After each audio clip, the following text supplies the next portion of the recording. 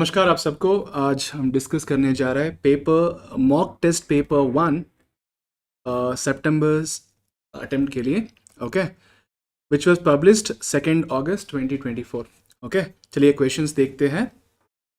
What is the value of p plus q divided by p minus q if p by q is equal to 7? हम p by q is equal to 7 जो है उसको 7 by 7 भी मान सकते हैं। मैंने बोला आपको जब भी रेशियो दिया जाएगा, जब भी रेशियो पूछा जाएगा, आप p इज इक्वल टू 7 मान सकते हैं और q इज इक्वल टू 1 मान सकते हैं और सब्स्टिट्यूट कर दीजिएगा 7 plus 1 because p plus q दिया गया है और 7 minus 1 because p minus q है, इसलिए ये 8/6 हो जाएगा। 8/6 जो है वो 4/3, ऑप्शन बी जो है सही आंसर। सो चलिए आगे बढ़ते हैं सेकेंड क्वेश्चन की ओर। क्वेश्चन है 2 power x plus y, 2 power x plus y is equal to 2 power x minus y is equal to 8। See, root 8 मतलब हम 2 power 3 लिख सकते हैं 8 को, और रूट जो है वो 1/2 है। ये एक्चुअली 2 power 3/2 हो जाएगा। ओके, सो यहाँ पे बेसिस सेम है, सो पावर्स को इक्वेट कर सकते हैं। x plus y is equal to 3/2 है और x माइनस वाई भी 3/2 ही है ना। x प्लस वाई 3/2 है और x माइनस वाई भी 3/2 ही है।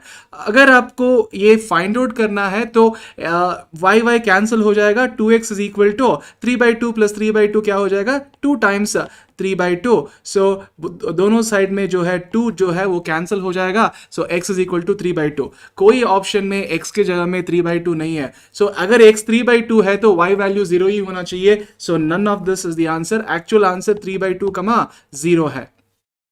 समझ में आ रहा है? आगे बढ़ते हैं नेक्स्ट क्वेश्चन की ओर। द इक्वेशन, यहाँ पे क्यूबिक इक्वेशन दिया गया है और क्यूबिक इक्वेशन जो है और इसका रियल रूट्स फाइंड आउट करना है। क्यूबिक इक्वेशन जब भी दिया जाएगा आपको बस ये करना है कि sum of the roots find out कर दीजिएगा -b/a and product of the roots -d/a -b/a मतलब क्या है, b की वैल्यू जो है वो -3 है, माइनस ऑफ -3 +3 हो जाएगा और a की वैल्यू जो है वो कोएफिशिएंट ऑफ x क्यूब 1 है। सो ये 3 हो जाएगा और प्रोडक्ट जो है वो -d/a है, d की वैल्यू 12 है। सो -12/1 विच इज -12।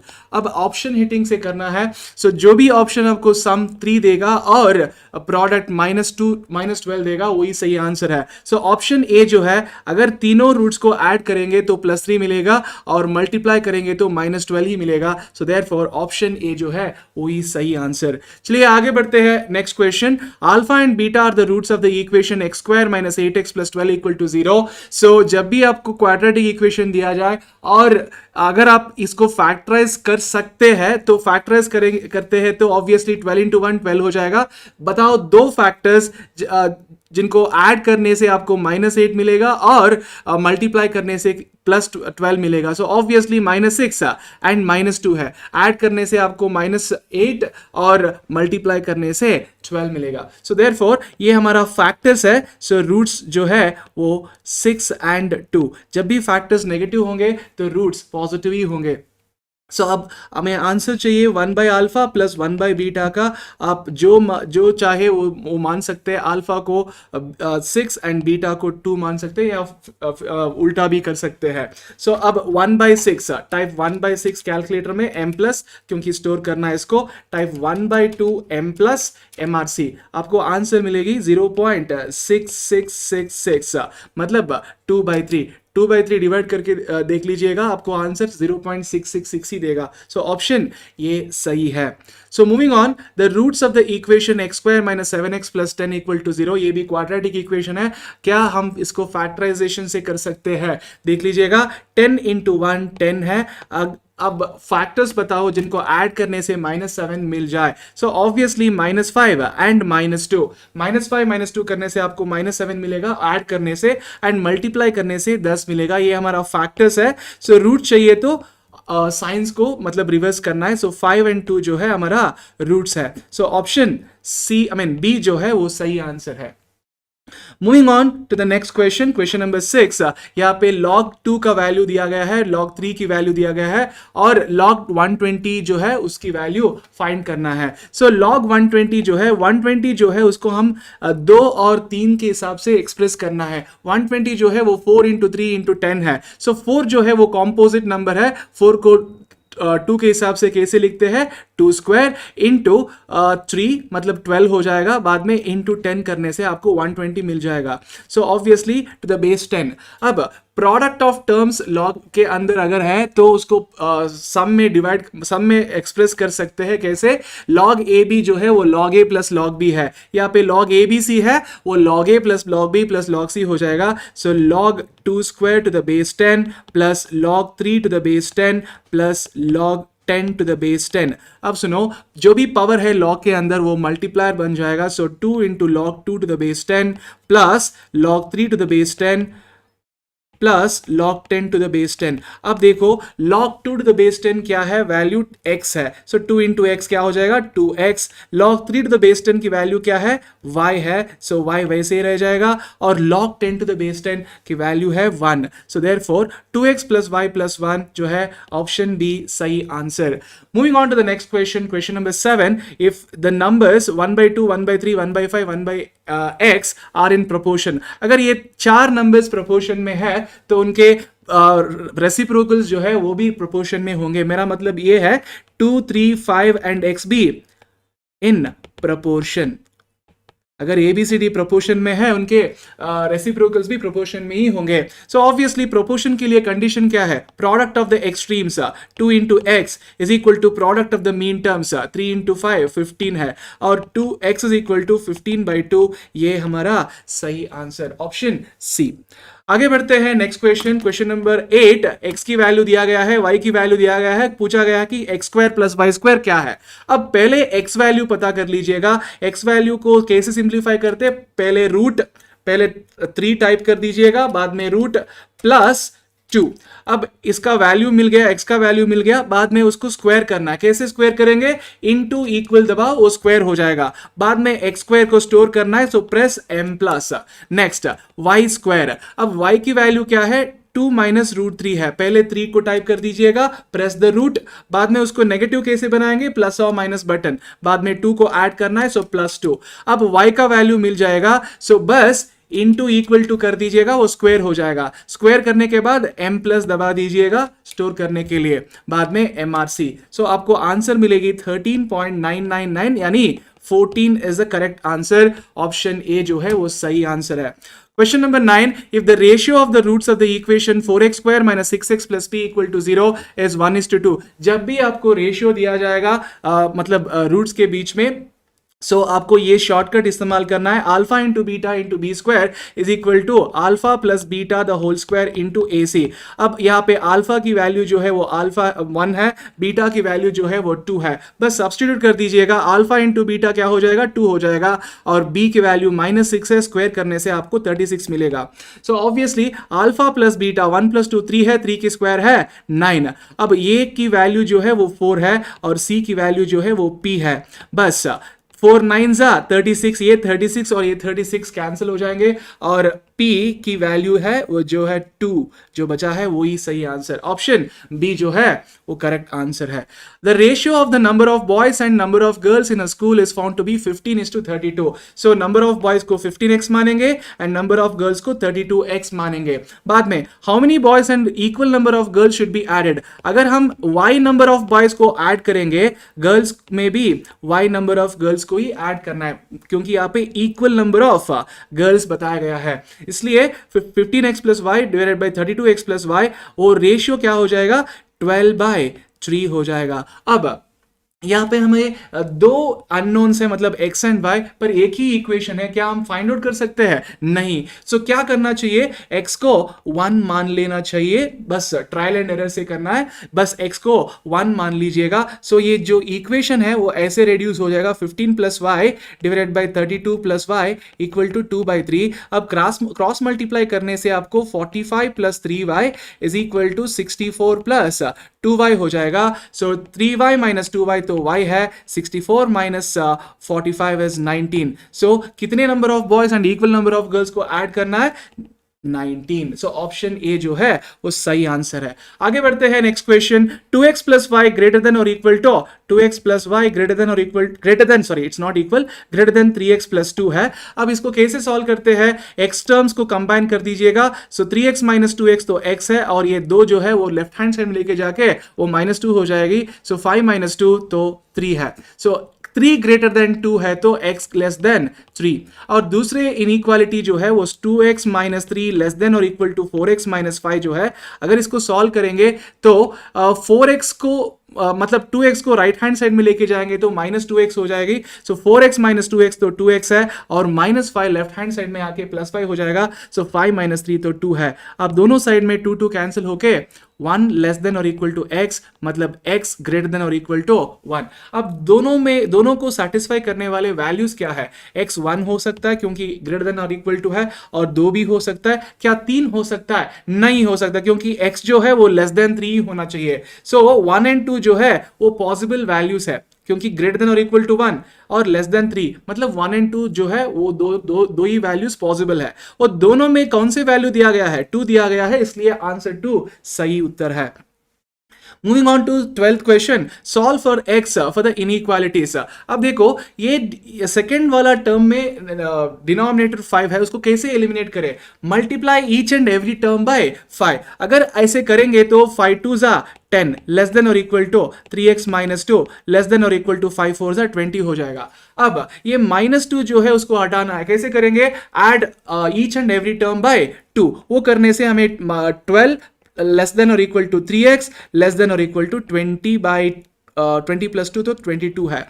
अब ये 3 जो है उसको भी हटाना है. कैसे घटाएंगे? डिवाइड बाई 3 करने से. सो 12 बाई 3 करने से 4 हो जाएगा और x लेस देन और इक्वल टू 22 बाई 3 करने से 7.333 मिलेगा.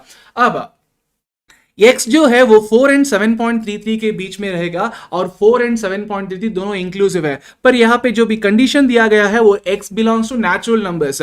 सो 4 एंड 7.33 के बीच में मतलब 4 इंक्लूसिव है. कौन कौन से नेचुरल नंबर हो सकते हैं? 4 हो सकता है, 5 हो सकता है, 6 हो सकता है, 7 हो सकता है. पर 7.33 जो है इवन दो यहाँ पे इंक्लूसिव भी है तो 7.33 को कंसिडर नहीं करना है क्योंकि 7.33 वो नेचुरल नंबर नहीं है. सो इसलिए 4 5 6 7 बस इतना ही वैल्यूज होंगे.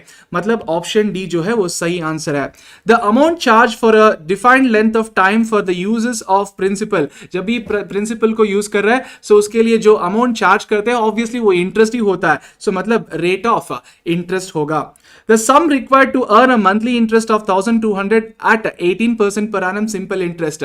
यहाँ पे एसआई फॉर 1 ईयर कितना दिया गया है? एसआई फॉर 1 ईयर तो 1200 इंटू 12 करना है तो मतलब 14,400 हो जाएगा. आपको फॉर्मूला पता है SI is equal to PTR percentage. So SI तो पता है और R भी पता है, हमें पता करना है बस P को. अब TR परसेंटेज सॉल्व करो. T कितना है? 1 क्योंकि एक ही साल इंटू R 18%. अब इसको यहां पे लेके जाना है और डिवाइड करना है. डिविजन जो है उसको अवॉइड करेंगे, मल्टीप्लाई करेंगे. कैसे मल्टीप्लाई करेंगे? उसका रेसिप्रोकल लेके आके मतलब डिवाइड इक्वल टू प्रेस कर दीजिएगा, वो TR परसेंटेज का रेसिप्रोकल मिल जाएगा और बाद में SI को मल्टीप्लाई कर दीजिएगा इनटू व्हाट इज SI 14,400. सो आपको आंसर मिलेगी 79,999.99 मतलब 80,000. सो ऑप्शन सी जो है वो सही आंसर है. Moving on to next question. Question है Sachin deposited 1 lakh in his bank for 2 years at simple interest for 6%. How much interest would be earned? So SI का फॉर्मूला क्या है? PTR percentage. P कितना? 1 लाख. सो 1 लाख टाइप कर दीजिएगा इनटू टाइम कितना है? 2 साल इनटू रेट ऑफ इंटरेस्ट कितना है? 6 प्रेस अ परसेंटेज. सो आपको आंसर मिलेगी 12,000. सो ये हमारा SI. ये सिर्फ एक ही ऑप्शन में SI 12,000 12,000 दिया गया है. सो वही सही आंसर है. अगर आपको अमाउंट फाइंड आउट करना है तो प्रिंसिपल प्लस SI. प्रिंसिपल तो 1 लाख है, SI तो 12,000 है. सो 1,12,000 मतलब ऑप्शन डी सही है. Moving on to the next question.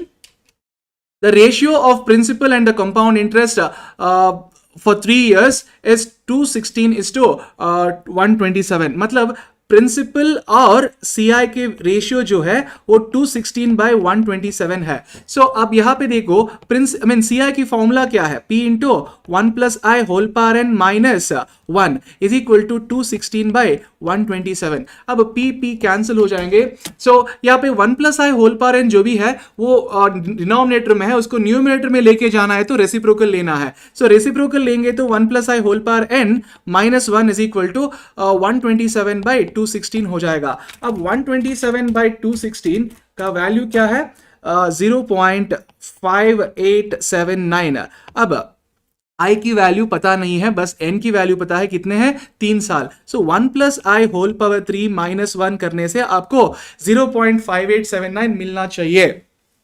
चलिए ऑप्शन हिटिंग करते हैं. सो 0.1777 अगर I की वैल्यू इतना है तो 1 + I की वैल्यू क्या है, 1.1777. So type 1.1777 raise the power to 3 कैसे करेंगे, प्रेस इनटू इक्वल 2 बार, बाद में -1 कर दीजिएगा, आपको वैल्यू मिलेगी 0.6334. पर यहाँ पे जो भी है वो 0.5879 वो सही नहीं है. Second option 0.1567. सो उसके लिए 1 + I की वैल्यू क्या हो जाएगी, 1.1567. उसका पावर 3 में रेज करना है, प्रेस इनटू इक्वल टू 2 बार, -1 करने से आपको वैल्यू मिलेगी 0.5476.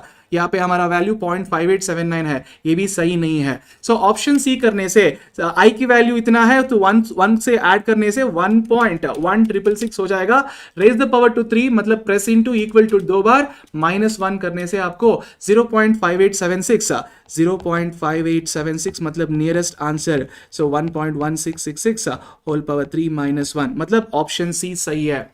समझ में आ रहा है. Moving on to the next question. The compound interest on missing है 8000 मतलब 8000 हमारा प्रिंसिपल है, 6 महीने जो हमारा टाइम ड्यूरेशन है, 12% पर एनम, कंपाउंडेड क्वार्टरली है तो 6 महीने में कितने कंपाउंडिंग्स होंगे, 2 कंपाउंडिंग्स होंगे, क्योंकि एक साल में 4 कंपाउंडिंग्स होंगे तो डेफिनेटली 6 महीने में 2 कंपाउंडिंग्स होंगे. अब I की वैल्यू क्या है, 12% पर एनम है तो क्वार्टरली क्या हो जाएगा, 12/4 मतलब 3%.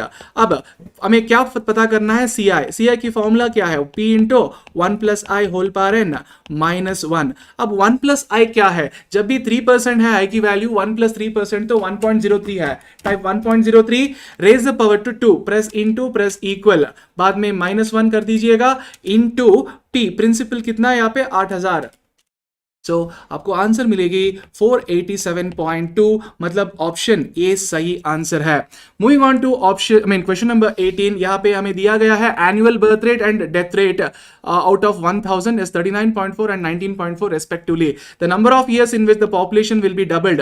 जब भी पॉपुलेशन की प्रॉब्लम आ जाए, डबल मतलब A is equal to 2P और पॉपुलेशन प्रॉब्लम हमेशा सीआई प्रॉब्लम्स है. सो अमाउंट फॉर्मूला क्या है सीआई के लिए, P into 1 + I whole power n. दोनों तरफ में P कैंसिल हो जाएंगे. सो ऑब्वियसली 2 बच जाएगा लेफ्ट हैंड साइड में. अब I की वैल्यू क्या है, I जो है वो ग्रोथ रेट है, जो ग्रोथ रेट जो है वो डिपेंड करता है किस पे, birth rate and death rate के ऊपर. मतलब I जो है वो difference between birth rate and death rate, 39.4 minus 19.4 out of 1000. अब 20 डिवाइड बाय 1000 करने से आपको 0.02 मिलेगा. समझ में आ रहा है. अब 1.02 raise the power to n. अब n कहां पे है, ऑप्शन में है, बस type 1.02 keep raising the power until you get approximately 2 मतलब 1.999 समथिंग. सो आपको काउंटर मिलेगी 36. So actual power 35. Counter number 36 है तो एक्चुअल पावर 35. तो काउंटर नंबर 36 पर आपको वैल्यू मिलेगी 1.999 अप्रोक्सीमेटली 2 है, इसलिए ऑप्शन ए सही आंसर. ये ICA एक्सरसाइज की वन ऑफ दी क्वेश्चन है. ओके, एक्सरसाइज में one of the question of ICA material. और यहाँ पे question number 19, the simple interest on sum of money at 6% for 7 years is equal to twice the simple interest. यहाँ पे 2 simple interest के बारे में बात हो रहा है. So obviously SI1 is equal to twice मतलब क्या है, 2 times दूसरा SI मतलब SI2। अब ratio of principals will be, ratio of principals will be, question में कुछ गलती है, ratio of principals will be होना चाहिए। अब SI1 का मतलब क्या है, principal time and rate of interest, so P1 T1 R1%, और SI2 का मतलब P2 T2 R2%। हमें पता है T1 R1%, T2 R2%, बस फाइंड आउट कर दीजिएगा। T1 तो 7 साल है, सो 7 into rate of interest is 6 press a percentage 0.42 हो जाएगा, सो P1 इंटू 0.42। अब RHS में 2 है, 2 इंटू टाइम कितना है, टाइम 9 साल मतलब 9 इंटू रेट ऑफ इंटरेस्ट 5% है, परसेंटेज मिसिंग है, 5%, सो आपको कितना मिलेगा 0.9 P2। अब हमें रेशियो चाहिए P1 by P2, so 0.9 divided by 0.42, 0.9 divided by 0.42, आपको आंसर मिलेगी 2.1428। जो भी ऑप्शन आपको 2.1428 देगी वही सही आंसर है। सो 2:15 मतलब 2/15 वो सही नहीं है, 7/15 तो लेस देन 1 है, वो भी सही नहीं है, 15:7, 15:7 मतलब 15 डिवाइडेड बाय 7 मतलब 2.1428, सो ऑप्शन सी सही है, यहाँ पे is 2 मिसिंग है, 15:7 है। Moving on to the next question, question number 20। Question है nominal rate of interest is 9.99% if the interest is compounded monthly. जब भी कंपाउंडेड मंथली है तो आई जो है वो 9.9 डिवाइडेड बाय 12 करना है, सो 9.9 डिवाइडेड बाय 12 करने से आपको 0.825 मिलेगा। 0.825 जो है वो अभी भी परसेंटेज में ही है। 0.825% की डेसिमल वैल्यू क्या है, दो जीरोस होंगे, बाद में 825 लिखना चाहिए। अगर 1 डिजिट परसेंटेज है तो पॉइंट के बाद में 1 जीरो होगा, ये लेस देन 1 डिजिट परसेंटेज है इसलिए पॉइंट डेसिमल पॉइंट के बाद 2 जीरो होंगे। अब मतलब परसेंटेज ERI फाइंड आउट करना है क्योंकि effective rate of interest, so 1 + i whole power n - 1 into 100 करना है। अब बताओ 1 + i की वैल्यू क्या है, 1.00825 रेज द पावर टू कितना, ये मंथली कंपाउंडिंग है तो एक साल में 12 कंपाउंडिंग्स होंगे, press into keep on pressing equal until the counter number is 13, बाद में हमें करना है -1, बाद में इनटू 100, सो आपको आंसर मिलेगी, आंसर 10.36%, यानी ऑप्शन ये सही आंसर, क्योंकि नियरेस्ट 10.35% वही सही है। Moving on to the next question, the population of a town increases by 2%, मतलब इंक्रीज इन पॉपुलेशन जो है वो उसका रेट 2% है। Population at the beginning of the year, the number of years by which the population increases in population would be, increase in population would be 40%। जो भी increase हो रहा है वो क्या है, वो एक्स्ट्रा है। कंपाउंड इंटरेस्ट में एक्स्ट्रा क्या होता है, एक्स्ट्रा हमेशा CI होता है, CI जो है वो 40% है। हमें पता है अमाउंट इज P + CI, अगर CI 40% है तो प्रिंसिपल 100% ही मानना चाहिए, ये 140% ऑफ प्रिंसिपल हो जाएगा, मतलब 1.4 टाइम्स प्रिंसिपल, अमाउंट तो है 1.4 टाइम्स प्रिंसिपल। अगर यहाँ पे 30% बोला होगा तो ऑब्वियसली 1.3p हो जाएगा अमाउंट। ये अमाउंट की फॉर्मूला है, so obviously P × 1 + i whole power n formula इस्तेमाल करना है, दोनों साइड में PP कटेगा। अब I की वैल्यू जो है वो 2% है, सो 1 + 2% तो 1.02 है। Type 1.02, press into keep on pressing equal until the count until the value becomes 1.4 nearest to 1.4, so आपको काउंटर नंबर 18 पे 1.400 मिल रहा है, तो मतलब n की वैल्यू क्या है, वो 18 नहीं है, 1 लेस मतलब 17, सो ऑप्शन सी जो है वो सही आंसर है। Moving on to 22nd question, the stock pays annually an amount of 10 rupees from 6th year onwards, 6 साल के बाद जो परपेचुइटी है वो हमें 10 रुपए 10 रुपए 10 रुपए ऐसे मिलता जाएगा, ये परपेचुइटी है।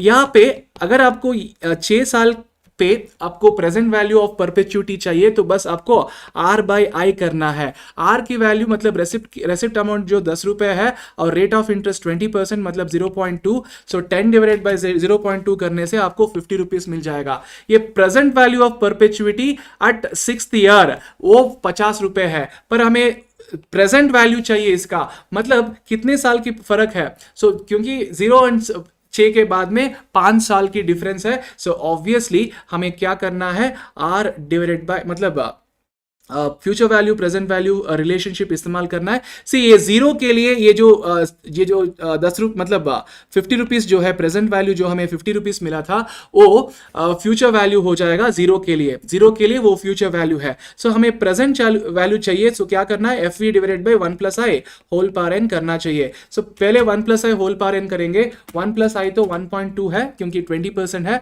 सो उसका पावर रेज करना है, n इज इक्वल टू 5 है क्योंकि 5 साल की फर्क है। So press into, keep on pressing equal until the counter number is 6। बाद में क्या करना है आपको, उसको न्यूमरेटर में लेके जाना है, मतलब डिवाइड इक्वल टू बाद में मल्टीप्लाई करो एफ वी से। एफ वी कितने 50। सो आपको आंसर मिलेगी 20.09 यानी 20.1 सही आंसर है 20.09। सी अगर वो स्टार्टिंग से ही होगा तो obviously eight the end of first year होगा तो आंसर 50 ही हो जाता। सो यहाँ पे perpetuity start from 6th year onwards, इसलिए मतलब पहले एट द एंड मतलब 6th ईयर पे प्रेजेंट वैल्यू फाइंड करना चाहिए। सो वो तो फ्यूचर बन जाएगा, किसके लिए, जीरो के लिए फ्यूचर बन जाएगा। सो यहाँ पे 5 साल की फर्क है। So obviously F V divided by 1 + i whole power 5 करना है। वो करने से हमें 20.9 मिल जाएगा, 20.1 नियरेस्ट आंसर। ओ 20.09 सॉरी 20.09 मतलब 20.1। Moving on to the next question. A sum of money invested in compound interest doubles itself in 4 years। अगर कंपाउंड इंटरेस्ट के हिसाब से वो डबल हो जाएगा 4 years में, और वो 32 टाइम्स बनने के लिए कितने साल चाहिए। ये तो one of the type I have discuss, I have given you shortcut also. क्या करना चाहिए, n2 जो है वो t टाइम्स n1 है, ये हमारा शॉर्टकट है। अब t कैसे पता करते हैं, जो सेकेंड अमाउंट है उसको फर्स्ट अमाउंट के हिसाब से एक्सप्रेस करना है। सेकेंड अमाउंट जो है और इस ऐसे लिखना चाहिए, मतलब a2 को a1 पावर t लिखना चाहिए। a2 कितना है 32 टाइम्स। सो अब क्या है, a2 32 है। अब a1 क्या है, डबल मतलब क्या है, डबल मतलब 2 है। So 2 power what is 32, 2 power 5 is 32, इसलिए हमारा t का वैल्यू जो है, t की वैल्यू 5 है। अब n2 second time duration t कितना है 5 इंटू n1 कितना है, n1 जो है वो 4 years, मतलब पहला अमाउंट के लिए जो भी टाइम है वो n1 है। सो हमें मिलेगी answer 20। So option C. Sinking fund factor is reciprocal of dash, ये मैंने क्लास में डिस्कस किया था। सो सिंकिंग फंड फैक्टर जो है वो फ्यूचर वैल्यू पे डिपेंड करता है, वो reciprocal of future value of interest factor of annuity. 25th question यहाँ पे पूछा गया है, बताया गया है कि if the nominal rate of growth is 17% and inflation rate is 9% for the 5 years, okay, let P be the gross domestic product amount at the present, मतलब उसका प्रेजेंट वैल्यू तो P है, and projected real GDP after 6 years। हमें क्या चाहिए, A चाहिए। सो ये चाहिए, अगर P दिया गया है तो अप्रिसिएशन है, P A is equal to P into 1 + i whole power n। अब यहाँ पे देखो n की वैल्यू क्या है 6 है। अब ये रियल जीडीपी पूछा गया है, मतलब रियल जीडीपी किस पे डिपेंड करता है, रियल रेट ऑफ इंटरेस्ट पे डिपेंड करता है। जो हमें दिया गया है इन्फ्लेशन रेट और the nominal rate. So real rate चाहिए तो क्या करना है, रियल रेट चाहिए तो नॉमिनल माइनस क्या करना है, इन्फ्लेशन रेट। क्योंकि इन्फ्लेशन रेट में दो टाइप्स होंगे, दो पार्ट्स होंगे, पहले इन्फ्लेशन बाद में real rate. So nominal rate is equal to inflation rate plus real rate, इसलिए रियल रेट जो है वो nominal rate minus inflation rate. Nominal तो 17 है, इन्फ्लेशन तो 9 है, सो ये 8% हो जाएगा। सो ऑब्वियसली 1 + 8% तो 1.08 है। Raise the power to 6, press into, keep on pressing equal until the counter number is 7। So आपको आंसर मिलेगी 1.586। So the nearest answer is 1.587 into P। So option A जो है वो सही आंसर है। Moving on to the next question, if the rate of interest on a loan as 1% per annum, मतलब is 1% per month, 1% per month दिया गया है, इसको कन्वर्शन करने की जरूरत नहीं है क्योंकि पर मंथ वो 1% ही है। Effective rate of interest find out करना है। सो यहाँ पे आई वैल्यू तो 0.01 मतलब 1% ही है क्योंकि पर मंथ ही दिया गया है। अब effective rate of interest find out करना है तो एनबी चाहिए। सो ये मंथली कंपाउंडिंग है, इसलिए एक साल में 12 कंपाउंडिंग्स होंगे। सो 12 × 1 तो 12 है। सो परसेंटेज ERI क्या होगा, परसेंटेज ERI तो 1 plus I whole power n minus 1 whole thing multiplied by 100। बताओ 1 प्लस आई क्या है, 1.01 रेज द पावर टू 12, मतलब काउंटर नंबर 13 होना चाहिए। बाद में -1 इंटू 100 कर दीजिएगा, सो आपको आंसर मिलेगी 12.68%, मतलब ऑप्शन सी सही उत्तर। समझ में आ रहा है, समझ में आ रहा है? Okay, so moving on to the next question, 27th one. A user wants to create a password using 4 lowercase letters. यहाँ पे मिस्टेक है, 2 uppercase letters. क्वेश्चन में मिस्टेक है, 2 uppercase letters A to Z. No letter can be repeated. Repeated है ये, repeated in any form. So no letter being repeated in any form मतलब अगर आप अपर केस की ये यूज इस्तेमाल किया तो लोअर केस की ये इस्तेमाल नहीं करना चाहिए। सो अपर केस में ये इस्तेमाल कर दिया तो लोअर केस में ये इस्तेमाल नहीं करना चाहिए, ये याद में रख लीजिएगा। इन how many veg can the password be created, password में कितने पोजीशन होंगे, 4 lower case and 2 upper case, मतलब 6 पोजीशंस होंगे, 1 2 3 4 5 6। पहले कंडीशन क्या दिया गया है, password must start with an upper case letter only. So पहला जो पोजीशन है वो अपर केस से ही शुरू होना चाहिए। बताओ पहले जो है वो उसको फिल करने के लिए अपर केस लेटर्स कितने हैं, 26, मतलब 26 है। 26 में से हम सिर्फ एक ही लेटर को इस्तेमाल कर सकते हैं, मान लो कि ए को इस्तेमाल कर दिया। अब हमें कितने बचे हैं, 25 बचे हैं। 25 में से वो 25 लेटर्स ऑप्शन जो है उसको कहां पे इस्तेमाल कर सकते हैं, यहां पे 2 अपर केस लेटर्स है, पहले पोजीशन में अपर केस लेटर को इस्तेमाल कर दिया, और जो बचा हुआ मतलब 2 अपर केस लेटर होना चाहिए ना, और एक अपर केस लेटर जो है वो कहीं पे भी हो सकता है, मतलब ये 5 पोजीशन जो भी है ये 5 पोजीशन में कहीं पे भी हो सकता है, 5 पोजीशन में कहीं पे भी हो सकता है। उसके लिए हमें कितने ऑप्शंस है, 5 ऑप्शंस है। सो वो 5 पोजीशन में मतलब जो भी पोजीशन है 5 पोजीशन में 5 में से एक पोजीशन को वो अपर केस लेटर ऑक्यूपाई करेगा। अब वो अपर केस लेटर को मतलब मान लो कि ये पोजीशन वो अपर केस लेटर बचा हुआ अपर केस लेटर ऑक्यूपाई करेंगे। सो ऑब्वियसली बताओ वो कितने ऑप्शन है ये पोजीशन के लिए, 25 ऑप्शन है, क्योंकि 26 लेटर्स में एक लेटर को पहले पोजीशन के लिए इस्तेमाल कर दिया।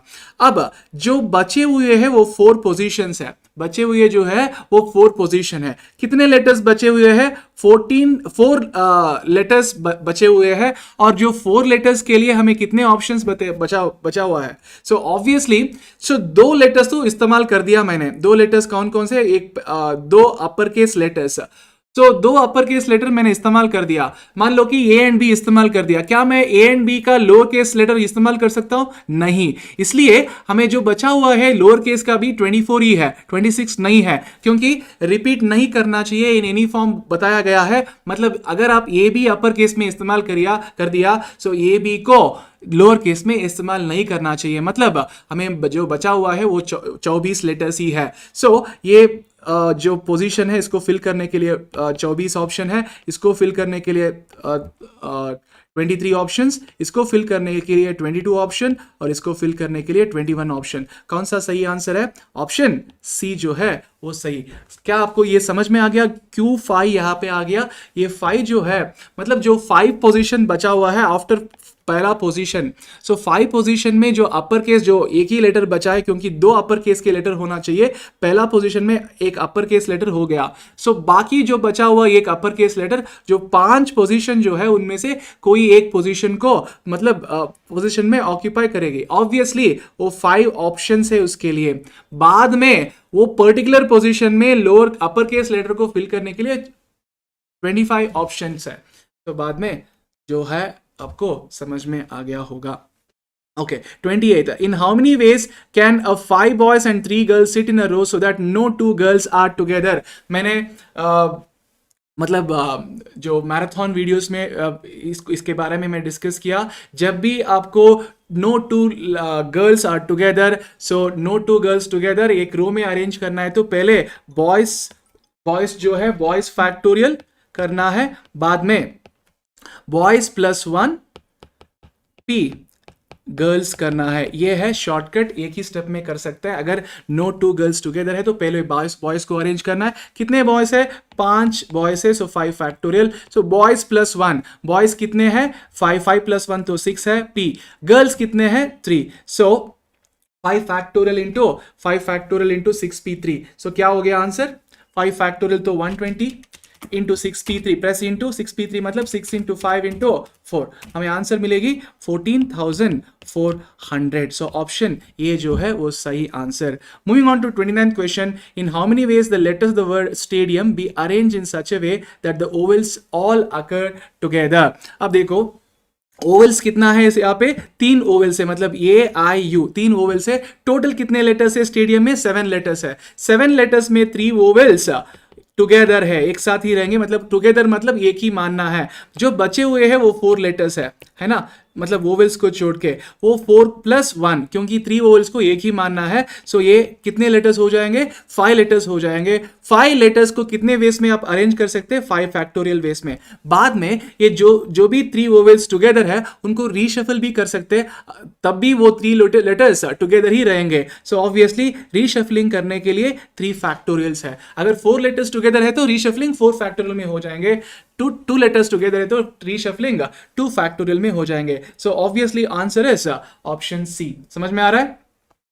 Moving on to the next question, in how many ways 5 different trophies be arranged on a shelf in one particular, if one particular trophy must be always in the middle, one particular trophy is always particular मतलब क्या हमें उसको select करना है? नहीं है, particular मतलब एक ही है, ओके वो मिडिल में होगा, सो एक ही वे में हो जाएगा। सो जो बचा हुआ 4 प्लेसेस में कितने ट्रॉफीज होना चाहिए? 4 ट्रॉफीज होना चाहिए, क्योंकि 5 ट्रॉफीज है। पर्टिकुलर ट्रॉफी तो बीच में होगा, एक ही वे में हो सकता है। सो 4 ट्रॉफीज बचे हुए हैं, 4 पोजीशंस बचे हुए हैं। 4 ट्रॉफीज को 4 पोजीशन में 4 फैक्टोरियल में अरेंज कर सकते हैं, मतलब 24 वेज। सो ऑप्शन ए जो है वो सही उत्तर। Moving on to the next question, third term of a GP is 2/3, six term is 2/81। ऐसे क्वेश्चन मैंने मैराथन में डिस्कस किए और इसका शॉर्टकट भी बताया मैंने। क्या बताया? Third term of a GP is 2/3, सो और six term of a GP 2/81। सो हमें पहले लेना है हाईएस्ट टर्म को, मतलब sixth term of a GP मतलब AR⁵। सो AR⁵ को ऐसे ही नहीं लिखना है, उसको in terms of third term लिखना है। थर्ड टर्म में R कितना है? 2 है, सो R⁵ लिखा। बाद में कितना बचा है? R⁵, क्योंकि ये सिक्स्थ टर्म है AR⁵। सो पहले उसको हमें लिखना है लीस्ट टर्म के हिसाब से। सो AR² इंटू R³ करने से हमें 6 टर्म मिल जाएगा, उसका रिजल्ट है 2/81। अब सुनो ध्यान से, AR² की वैल्यू क्या है, मतलब थर्ड टर्म की वैल्यू क्या है? 2/3। 2/3 R³ इज इक्वल टू 2/81। सो 2 घटेगा, 3 1 जा 3 27 जा, R³ इज इक्वल टू 1/27, यानी R is equal to 1/3।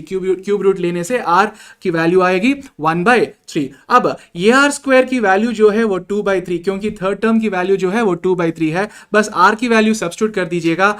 R की वैल्यू 1/3 तो R² वैल्यू 1/9 होगा। सो 1/9 राइट हैंड साइड में लेंगे तो 9 हो जाएगा। 9 2 जा 18, 18/3 तो कितना है? 6। सो A की वैल्यू जो है वो 6 है।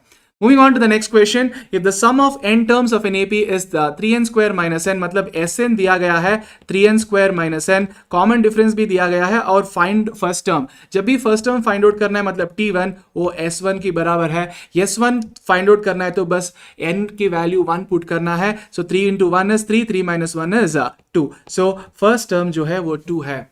यहाँ पे कॉमन डिफरेंस जो दिया गया हो वो मतलब उसका कोई मायना नहीं है, मतलब उसका कोई यूज नहीं है ये क्वेश्चन सॉल्व करने के लिए, क्योंकि फर्स्ट टर्म फाइंड आउट करना है बस।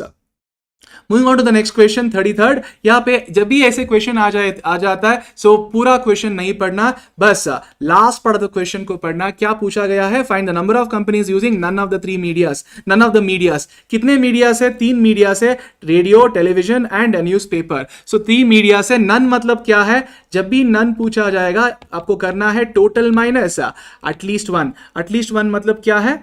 N of A union B union C। सो अब टोटल कितना है? कितने कंपनी से? 300 कंपनी से, और N of A union B तो N of A plus N of B plus N of C minus N of A intersection B minus N of B intersection C minus N of A intersection C finally plus n of A intersection B intersection C, ये सब bracket के अंदर होना चाहिए। अब सुनो, n of A के जगह में n है और B के जगह में r है, T के जगह में T है, मतलब साइक वही ऑर्डर में है, बस ये तीनों को ऐड कर दीजिएगा, मतलब 200 प्लस 100 प्लस 40। बाद में ये इंटरसेक्शन ऑफ टू थिंग्स जो भी है उसको सब्ट्रैक्ट करना है। माइनस क्या है 50 पहले, माइनस 20 है, सो माइनस 20 माइनस 25। बाद में इंटरसेक्शन ऑफ तीनों का जो इंटरसेक्शन है उसको ऐड करना है, क्योंकि फॉर्मूला में प्लस है, तो प्लस क्या है 5। आपको आंसर मिलेगी 250। 300 माइनस 250, तो रिजल्ट है 50। सो नन ऑफ द मीडियास, मतलब ऑप्शन डी जो है वो सही आंसर है। 34th, एफ ऑफ एक्स दिया गया है, जी ऑफ एक्स दिया गया है, G of F of X find out करना है। सो यहाँ पे हमें अंडरलाइन करना है एफ ऑफ एक्स को। ये कैसे दिख रहा है, जो भी हम अंडरलाइन करते हैं उसको एक्स मानना है। कैसे दिख रहा है, G of X. G of X की वैल्यू क्या है 7 पावर एक्स, पर हमें लिखना है एक्स के जगह में एफ ऑफ एक्स को। एफ ऑफ एक्स क्या है, एक्स प्लस 2। सो इसका रिजल्ट है 7 power x into 7 power 2, 7 power x into what is 7 power 2, 49। So option C सही है, पर यहाँ पे ऑप्शन सी में कुछ गड़बड़ है, ये 49 इंटू 7 पावर x होना चाहिए। ओके, सो मतलब एक्चुअली वो मिस्टेक है, सो 7 पावर x ही है वो।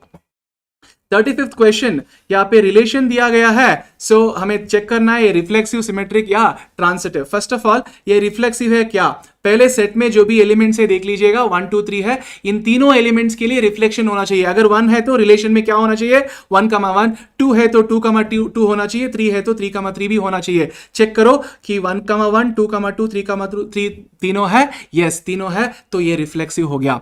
अब क्या ये सिमेट्रिक है, सिमेट्रिक होना चाहिए, तो अगर 1,2 रिलेशन में है तो 2,1 रिलेशन में होना चाहिए, 2,1 है ही नहीं। सो ऑब्वियसली 2,3 है तो 3,2 भी होना चाहिए, वो भी नहीं है। सो क्या ये सिमेट्रिक है, नहीं है। रिफ्लेक्सिव है but not symmetric, therefore option A जो है वो सही आंसर।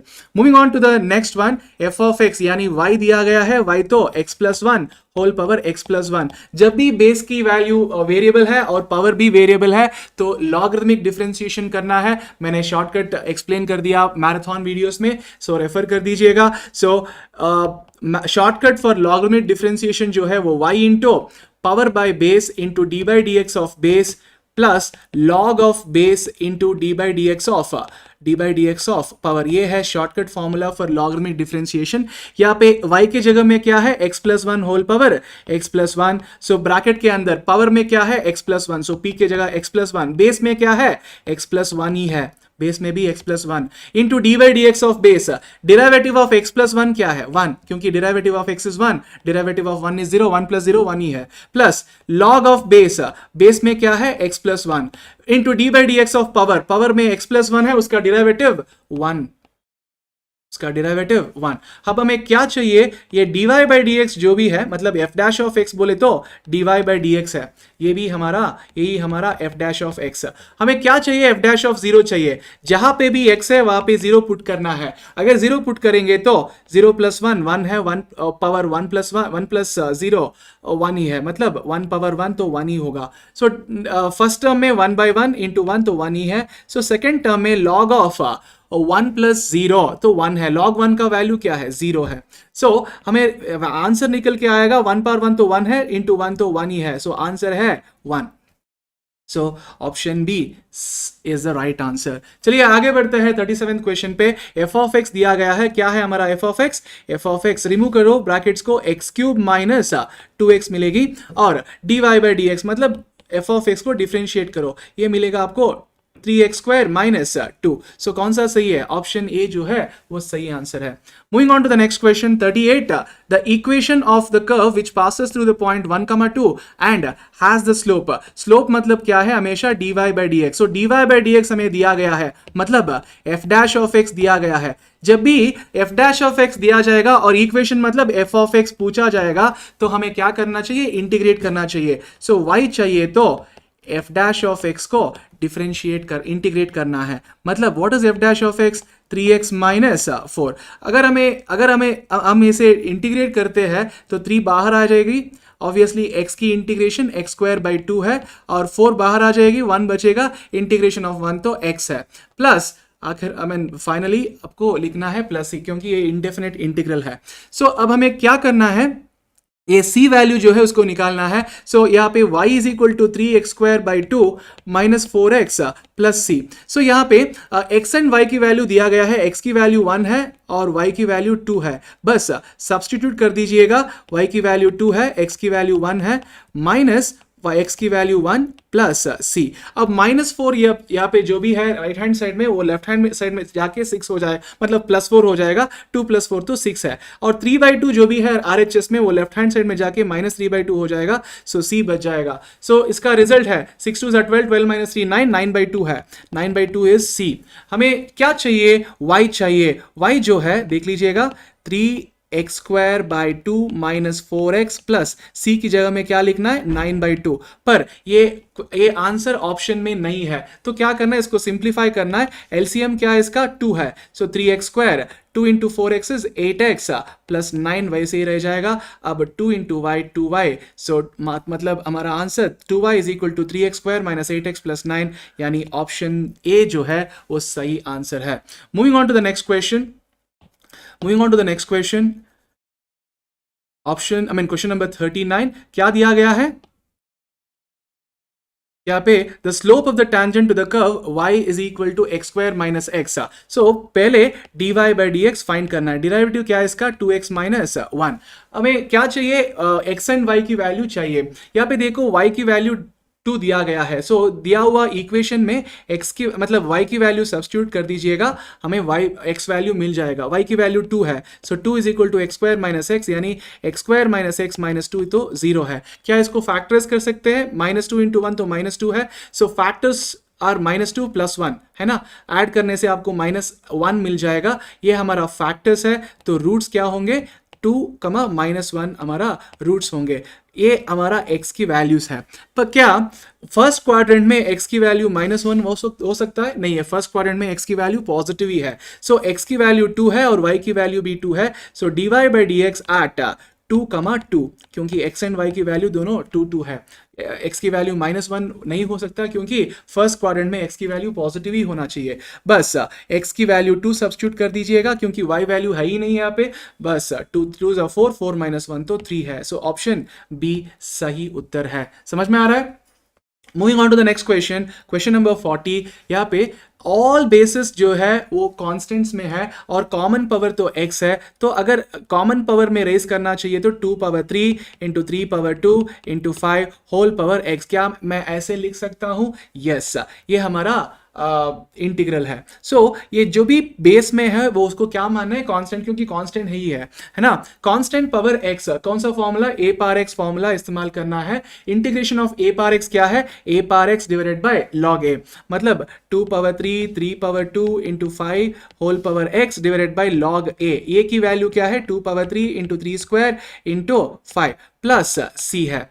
अब ध्यान से देखें तो ये तो है हमारा क्वेश्चन ही है ना, 2^3x 3^2x × 5^x, डिनोमिनेटर में log है। 2³ कितना है 8 × 3² कितना है 9 × 5 कितना मिलेगा 360। सो आंसर है क्या है हमारा 2^3x × 3^2x × 5^x divided by log 360 plus c, यानी ऑप्शन बी सही आंसर है। यहाँ पे मैथमेटिक्स क्वेश्चन समाप्त। सो 41st क्वेश्चन देखते हैं, लॉजिकल रीजनिंग वाला क्वेश्चंस देख लीजिएगा।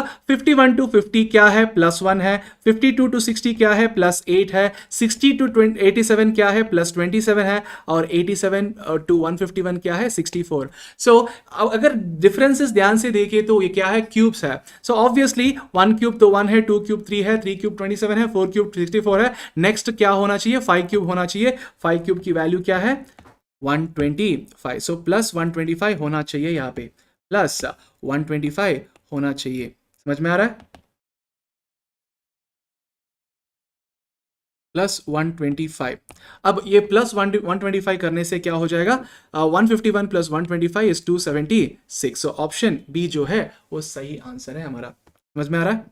Moving on, find the missing term of the series ABD, DGK, HMS, MTB, SBL। अगर ध्यान से देखें, ये से लेके D तक कितना फर्क है? ये पहला लेटर है, D फोर्थ लेटर है, सो +3 है ना। और D से लेके H तक, D फोर्थ लेटर है, H जो है वो 8th लेटर है, सो +4 फर्क है। और H से लेके M तक, H जो है वो 8th लेटर है और M तो जो है 13th लेटर है, सो +5 की फर्क है। सो ऑब्वियसली M से लेके S तक, S तो 19th लेटर है, M तो 13th लेटर है, सो +6। सो ऑब्वियसली नेक्स्ट जो टर्म है उसमें पहला लेटर +7 के डिफरेंस में होगा। S तो 19 है, 19 + 7 तो Z है, मतलब 26 लेटर है, वो Z है हमारा। सो बीच वाला letter and second letter and third letter पता करना है। एक्चुअली क्या हमें second letter and third letter दोनों को पता करना है? नहीं है, क्योंकि 3 ऑप्शन में पहला लेटर Z मिल रहा है, पर लास्ट लेटर जो है वो ही अलग सा है ना। लास्ट लेटर जो है वो ही डिफरेंट है। सो मतलब बस लास्ट लेटर वाला जो पैटर्न जो है वो पता कर लीजिएगा, सेकेंड लेटर को पता करने की जरूरत नहीं है, क्योंकि फर्क क्या है? लास्ट लेटर वाला। सो लास्ट लेटर का पैटर्न क्या देखते हैं? डी से लेके के तक, डी फोर्थ लेटर है, के जो है वो 11th लेटर है, सो +7 है ना। और के से लेके एस तक, के 11th है और एस जो 19 है, सो +8 है। और एस से लेके बी तक, एस 19 है, सो 19 + 9 करेंगे तो 28 है। 28 जो है वो बी है, क्योंकि 26 Z है, 27 ये होगा और 28 बी होगा। और बाद में हमें करना है ये +10 ही होगा ऑब्वियसली। बी तो 2 है, 2 + 10 तो 12 है। बाद में नेक्स्ट करना है आपको +11। एल तो 11 है, एल तो 12 है, 12 + 11 23rd, which is 23rd letter? 23rd letter जो है वो W है। So first letter Z, last letter W। So कौन से ऑप्शन में है? ऑप्शन डी वही सही आंसर है। समझ में आ रहा है? चलिए आगे बढ़ते हैं नेक्स्ट क्वेश्चन पे। In a certain code teacher is coded as VCGE JGT। So pattern observe कर दीजिएगा। T जो है वो कोड हुआ है V पे, मतलब +2 है, और E जो है वो कोड हुआ है G पे, सो +2 है। ये जो है वो C बन रहा है, मतलब ये भी +2 है। सो एक्चुअली कोडिंग पैटर्न क्या बन रहा है? +2 बन रहा है। सो चिल्ड्रन के लिए भी +2 ही होना चाहिए। C +2 क्या है? E। सो फर्स्ट लेटर ई जो है वो सारे के लिए ई है। सो लास्ट लेटर में फर्क है क्या? लास्ट लेटर देख लेते हैं पहले। एन से लेके N+2 करेंगे तो NOP, सो EP है। जो जिस ऑप्शन में ई पहला लेटर ई है और लास्ट लेटर पी है, एक्चुअली 3 ऑप्शन में है, 3 ऑप्शन में से वो है। और सेकेंड लेटर पता कर लेते हैं, क्योंकि सेकेंड लेटर कुछ फर्क, सेकेंड लेटर तो फर्क है। सो H+2 करने से HIJ EJ है। कौन से ऑप्शन में? EJ फर्स्ट 2 लेटर्स है और लास्ट लेटर P है, सो ऑब्वियसली ऑप्शन डी में है। EJ लास्ट लेटर P जो है वो लास्ट ऑप्शन में ही है। So moving on to the next question. Inactive, INACTIVE, inactive जो भी है वो कैसे कोड हो रहा है? VITCANIE हो रहा है। ओके यहाँ पे कोडिंग पैटर्न क्या हो रहा है? यहाँ पे ध्यान से देखें कि लास्ट 2 लेटर्स V जो है वो एक्सट्रीम लेटर्स बन रहा है। लास्ट 2 लेटर्स V जो है वो एक्सट्रीम लेटर्स बन रहा है। और जो लेफ्ट से लेके राइट तक है, जो लेफ्ट से लेके राइट तक है, वो राइट से लेके लेफ्ट तक हो रहा है ना। राइट से लेके लेफ्ट तक हो रहा है, मतलब वही लेटर्स जंबल हुआ है। बस कैसे जंबल हुआ है वो पता करना है। देखो ER जो है वो लास्ट 2 लेटर्स वो एक्सट्रीम लेटर्स बन जाना चाहिए, बीच में बस वो लेटर्स डिफरेंस होंगे। सो कौन से ऑप्शन में first and last letter ER है? सो एक ही ऑप्शन में है, सो ऑप्शन बी सही आंसर है। बस आपको कौन सा फर्स्ट लेटर कौन सा लास्ट लेटर वो पता करना है, बस वो करने से आपको आंसर मिल जाएगी। समझ में आ रहा है? समझ में आ रहा है? ओके चलिए आगे बढ़ते हैं नेक्स्ट क्वेश्चन पे।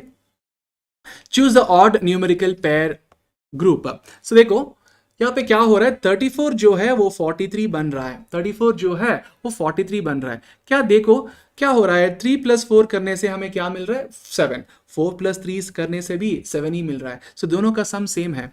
सेकेंड ऑप्शन में देखो 5 + 5 करने से 10 मिलेगा, बट 6 + 2 करने से 8 मिलेगा। दोनों का सम सेम नहीं है। चलिए थर्ड ऑप्शन में भी चेक करते हैं क्या है।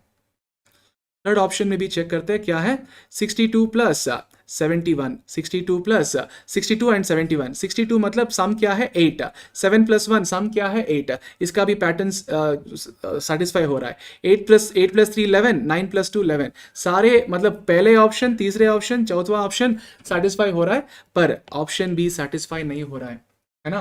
Sum of the two digits should be equal, 34 का या 43 का दोनों का सम 7 है, 62 का 71 का दोनों का सम 8 है, 83 का या 92 का दोनों का सम 11 है, पर 55 एंड 62 दोनों का सम सेम नहीं है, इसलिए ऑड मैन आउट तो बी है। समझ में आ रहा है? ओके, 46 क्वेश्चन ये है डायरेक्शन टेस्ट का। देखते हैं। Gopal started from a house, घर से निकलता है टुवर्ड्स वेस्ट, सो वेस्ट तरफ जाएगा, कितने डिस्टेंस वॉक करेगा, 30 मीटर्स डिस्टेंस वॉक करेगा। ही टर्न टुवर्ड्स राइट, राइट मतलब ऊपर, कितने मीटर्स, 20 मीटर्स। बाद में क्या करता है, he then turn to the left, left मतलब हमारा लेफ्ट ही है, कितने मीटर्स वॉक करेगा, 10 मीटर वॉक करेगा। बाद में he turn to his left, left मतलब नीचे, कितने मीटर्स, 40। बाद में क्या करेगा, he now turn to the left, ये साउथ में जा रहा है, लेफ्ट मतलब हमारा राइट, कितने मीटर जाएगा, 5 meters. Okay, finally he turn to his left, east में जा रहा है तो लेफ्ट मतलब ऊपर होगा, है ना। अब वो फाइनली कौन से पोजीशन, कौन से डायरेक्शन फेस कर रहा है, ऊपर की तरफ से फेस कर रहा है, मतलब नॉर्थ जो है वो सही उत्तर है। समझ में आ रहा है? समझ में आ रहा है? Okay, let's move on to the next question. चलिए आगे बढ़ते हैं नेक्स्ट क्वेश्चन की ओर। यहाँ पे गड़बड़ है क्वेश्चन में, ये सही नहीं है। नमिता वॉक्स 40 मीटर्स टुवर्ड्स वेस्ट, ये गलत है, ये नहीं होना चाहिए क्वेश्चन में। ओके, बाद में नमिता वॉक्स 40 मीटर टुवर्ड्स वेस्ट वही दिया गया है। सो एक्चुअली फर्स्ट सेंटेंस ये है हमारा, कौन सा, Namita walks 14 metres towards west. So 14 metres west की तरफ से जाएगी, बाद में क्या करेगी, then turn to her right, right मतलब ऊपर की तरफ से, कितने मीटर्स, 14 मीटर्स। सो 14 मीटर्स ऊपर। बाद में क्या करेगी, turns to her left, left मतलब हमारा लेफ्ट, कितने मीटर्स, 10 मीटर्स। बाद में क्या करेगी, बाद में क्या करेगी, again turn to her left, left मतलब डाउनवर्ड, साउथ मतलब 14 मीटर्स जाएगी नीचे। ओके, 14 मीटर्स नीचे जाएगी। स्टार्टिंग पॉइंट तो ये है हमारा। ओके, बाद में what is this shot, again turn to her left, no उतना ही है ना, उतना ही है। सो कितना है बेसिकली, पहले 14 है, बाद में 14 है, बाद में 10 है, बाद में 14, 14 14 10 10 10 14, बस उतना ही है। ये फाइनल पोजीशन है। सो फाइनल पोजीशन तो ये है। क्वेश्चन में क्या है, what is the shortest distance between her starting point and the final position, final position और स्टार्टिंग पॉइंट के बीच में कितना डिस्टेंस है, ये हमारा 10 है, 10 प्लस 14 24, 24। सो ऑप्शन डी जो है वो सही answer, 24। Moving on to next question, 48 question है। The door of Aditya house faces east, east face कर रहा है, डोर तो ईस्ट में है, पर एक्चुअली वो कैसे जाएगा, ये आदित्य का घर है, ईस्ट फेसिंग में है, पर वो कैसे जाएगा, ये from the back side event, that means west की तरफ से, सो ईस्ट की तरफ से फेस कर रहा है, सॉरी ईस्ट की तरफ से घर फेस कर रहा है, पर वो जाएगा वेस्ट की तरफ से, कितने मीटर्स, 50 मीटर्स। बाद में क्या करेगा, turn to the right, right मतलब ऊपर, ऊपर 50 मीटर्स, ऊपर भी 50 मीटर्स। बाद में क्या किया, बाद में क्या किया, okay, finally he turn towards the left, left मतलब हमारा लेफ्ट ही है, कितने मीटर्स, 25 मीटर्स।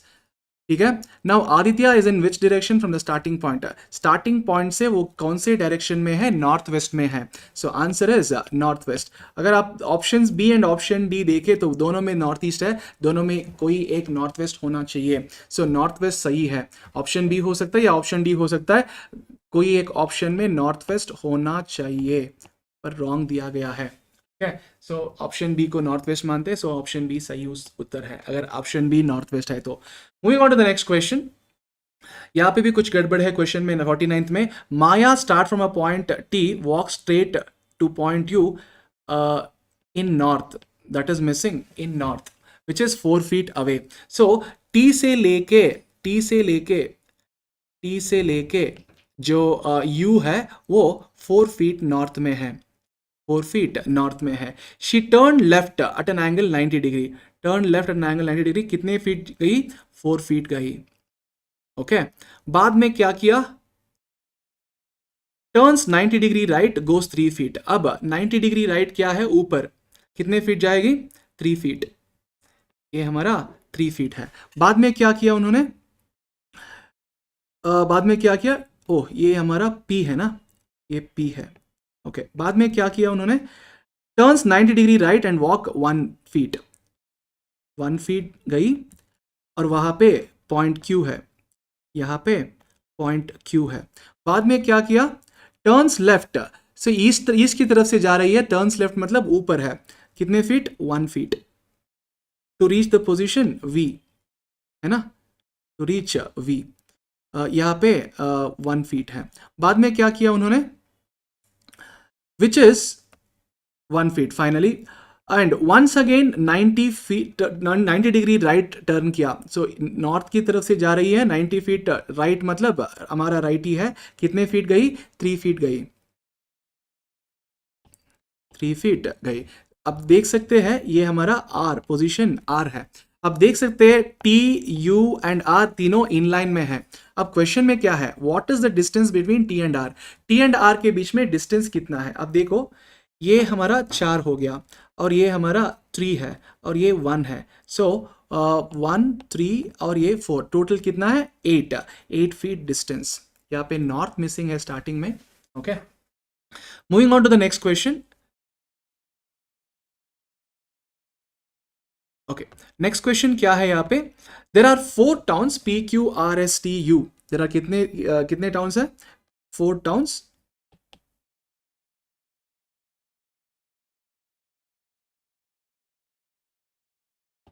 सेकेंड, क्या हो रहा है? Okay,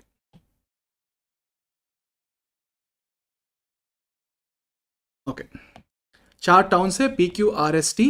Q is south west of P, P से साउथ, P के साउथ वेस्ट में Q है, सो Q यहाँ पे। ओके, बाद में R is to the east of Q, R is to the east of Q and south east of P, P के साउथ ईस्ट में R होना चाहिए, और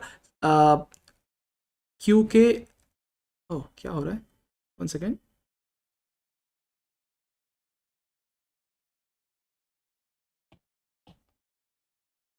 ओके, P के साउथ ईस्ट में Q होना चाहिए, और R जो है P के साउथ ईस्ट में है और Q के ईस्ट में है, वो भी सेटिस्फाई हो गया। बाद में क्या है? And T is north of R and inline with Q and P, inline with Q and P होना चाहिए, और R के नॉर्थ में होना चाहिए T, R के नॉर्थ में होना चाहिए, और Q एंड P के इनलाइन में T होना चाहिए। क्वेश्चन क्या है? In which direction of P is T located? P के कौन से डायरेक्शन में T लोकेटेड हुआ है? सो P के नॉर्थ में है, मतलब ऊपर में है तो नॉर्थ है, राइट में है तो ईस्ट है, सो आंसर जो है वो नॉर्थ ईस्ट, ऑप्शन डी सही है। Moving on to the next question, all the 6 members of family ABCDEF, ये क्वेश्चन मैंने मैराथन में डिस्कस किया। B is the son of C, C के सन जो है वो B है, सन मतलब स्क्वायर, मेल के लिए स्क्वायर मार्क करते हैं, but C is not a mother. अगर B C के सन है पर C मदर नहीं है तो C फादर ही होना चाहिए, है ना। A and C are married couple, A and C married couple, married couple के लिए डबल हेडेड एरो। अगर सी मेल है तो ए फीमेल ही होना चाहिए, फीमेल के लिए circle. E is the brother of C, E C के ब्रदर है, सो मेल। ओके, बाद में D is the daughter of A की डॉटर डी है, डॉटर मतलब सर्कल, फीमेल, है ना। F is the brother of B, F B के सिबलिंग है, हाइफन सिंबल, एंड ब्रदर मतलब male. How many male members are there in the family? Family में कितने मेल मेंबर्स है? कितने भी स्क्वायर्स है उतना मेल मेंबर्स है, 1 2 3 एंड 4, सो मेल मेंबर्स 4 है, मतलब option D. 52nd question, TSR are the 3 brothers, 3 brothers है TSR। T son is Q, T के सन जो है वो Q, T के son जो है वो Q, Q is married to, so Q is a son to T and is married to whom? K. Let me just mark it. T जो है, T के son जो है वो Q है, सो Q is a male and he is married to whom? K. समझ में आ रहा है? अब यहाँ पे TSR और जो है वो ब्रदर्स है, T मेल है, T मेल होगा, ऑब्वियसली SB मेल है, ऑब्वियसली RB मेल है। अब नेक्स्ट सेंटेंस देखो, के जो भी है वो फीमेल है क्योंकि Q is a male, obviously K is a female, और they have one child who Rahul. Q and K के सन जो है वो राहुल, राहुल उन दोनों के बीच में नीचे होना चाहिए। अब next, M is the son of S, S के सन जो है वो M है, उनकी वाइफ कौन है? Married to H, married to H, H जो है वो फीमेल है, उनके वो कपल जो है उनके ब्लेस्ड डॉटर कौन है? माधवी, सो माधवी नीचे होना चाहिए। समझ में आ रहा है?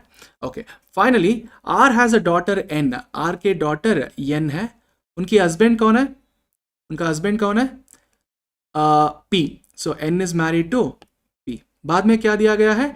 This couple has one daughter Karuna, so Karuna उन दोनों के बीच में नीचे होना चाहिए, करुणा। ओके, बाद में क्वेश्चन क्या है? How is Madhavi related to S? Madhavi यहाँ पे है, एस के लिए माधवी कौन है? माधवी 2 जनरेशन नीचे है एस के, सो ऑब्वियसली ग्रैंड डॉटर होगी, है ना? So answer is granddaughter, option C सही है। समझ में आ रहा है? Moving on to the next question, 6 persons MNOPQ and R are sitting in 2 rows, so 2 rows है, दोनों रोज में हर एक रो में 3 बंदे होना चाहिए क्योंकि 3 persons in each row, 1 2 3 and 1 2 3। बाद में क्या बताया गया है? Q is not at any end of any row. Q को कौन से रो में लेना चाहते हो वो आपकी मर्जी है, मैं Q को यहाँ पे ले लेता हूँ, मतलब ऊपर। Q not at the end of any row मतलब Q बीच में होना चाहिए। समझ में आ रहा है? बाद में P is second to the left of R, so P R के सेकेंड लेफ्ट में होना चाहिए। वो कहाँ पे होना चाहिए? ऊपर होना चाहिए, नीचे होना चाहिए, पता नहीं है। O is neighbour of Q, अगर O Q के नेबर है तो वो ऊपर वाला रो में नहीं होना चाहिए, नहीं होगा। Obviously O is the neighbour of Q, वो नीचे वाले रो में ही होना चाहिए। And diagonally opposite to P, and जो भी है वो पहले पर्सन को रेफर करता है, वो जो है वो डायगनली ऑपोजिट टू P है। सो अब देखो O and Q are neighbours, O जो है वो P के डायगनली ऑपोजिट में होना चाहिए। क्यों मैं O को राइट हैंड साइड में पोजीशन किया Q के? बिकॉज यहाँ पे बताया गया है कि P is second left of R, R के सेकेंड लेफ्ट में P है। बाद में क्या है? N is the neighbour of R, so N तो यहाँ पे ही होना चाहिए और M यहाँ पे ही होना चाहिए। क्वेश्चन में क्या है? Who is in front of N? N के सामने कौन है? N के सामने कौन बैठा है? सो इसका आंसर क्या है? Q, option B is the right answer. ये आगे बढ़ते हैं नेक्स्ट क्वेश्चन की ओर। The length and breadth of room are 8 meters and 6 meters respectively. A cat run along all the 4 walls and finally along diagonal in order to catch the rat. How much total distance covered by the cat?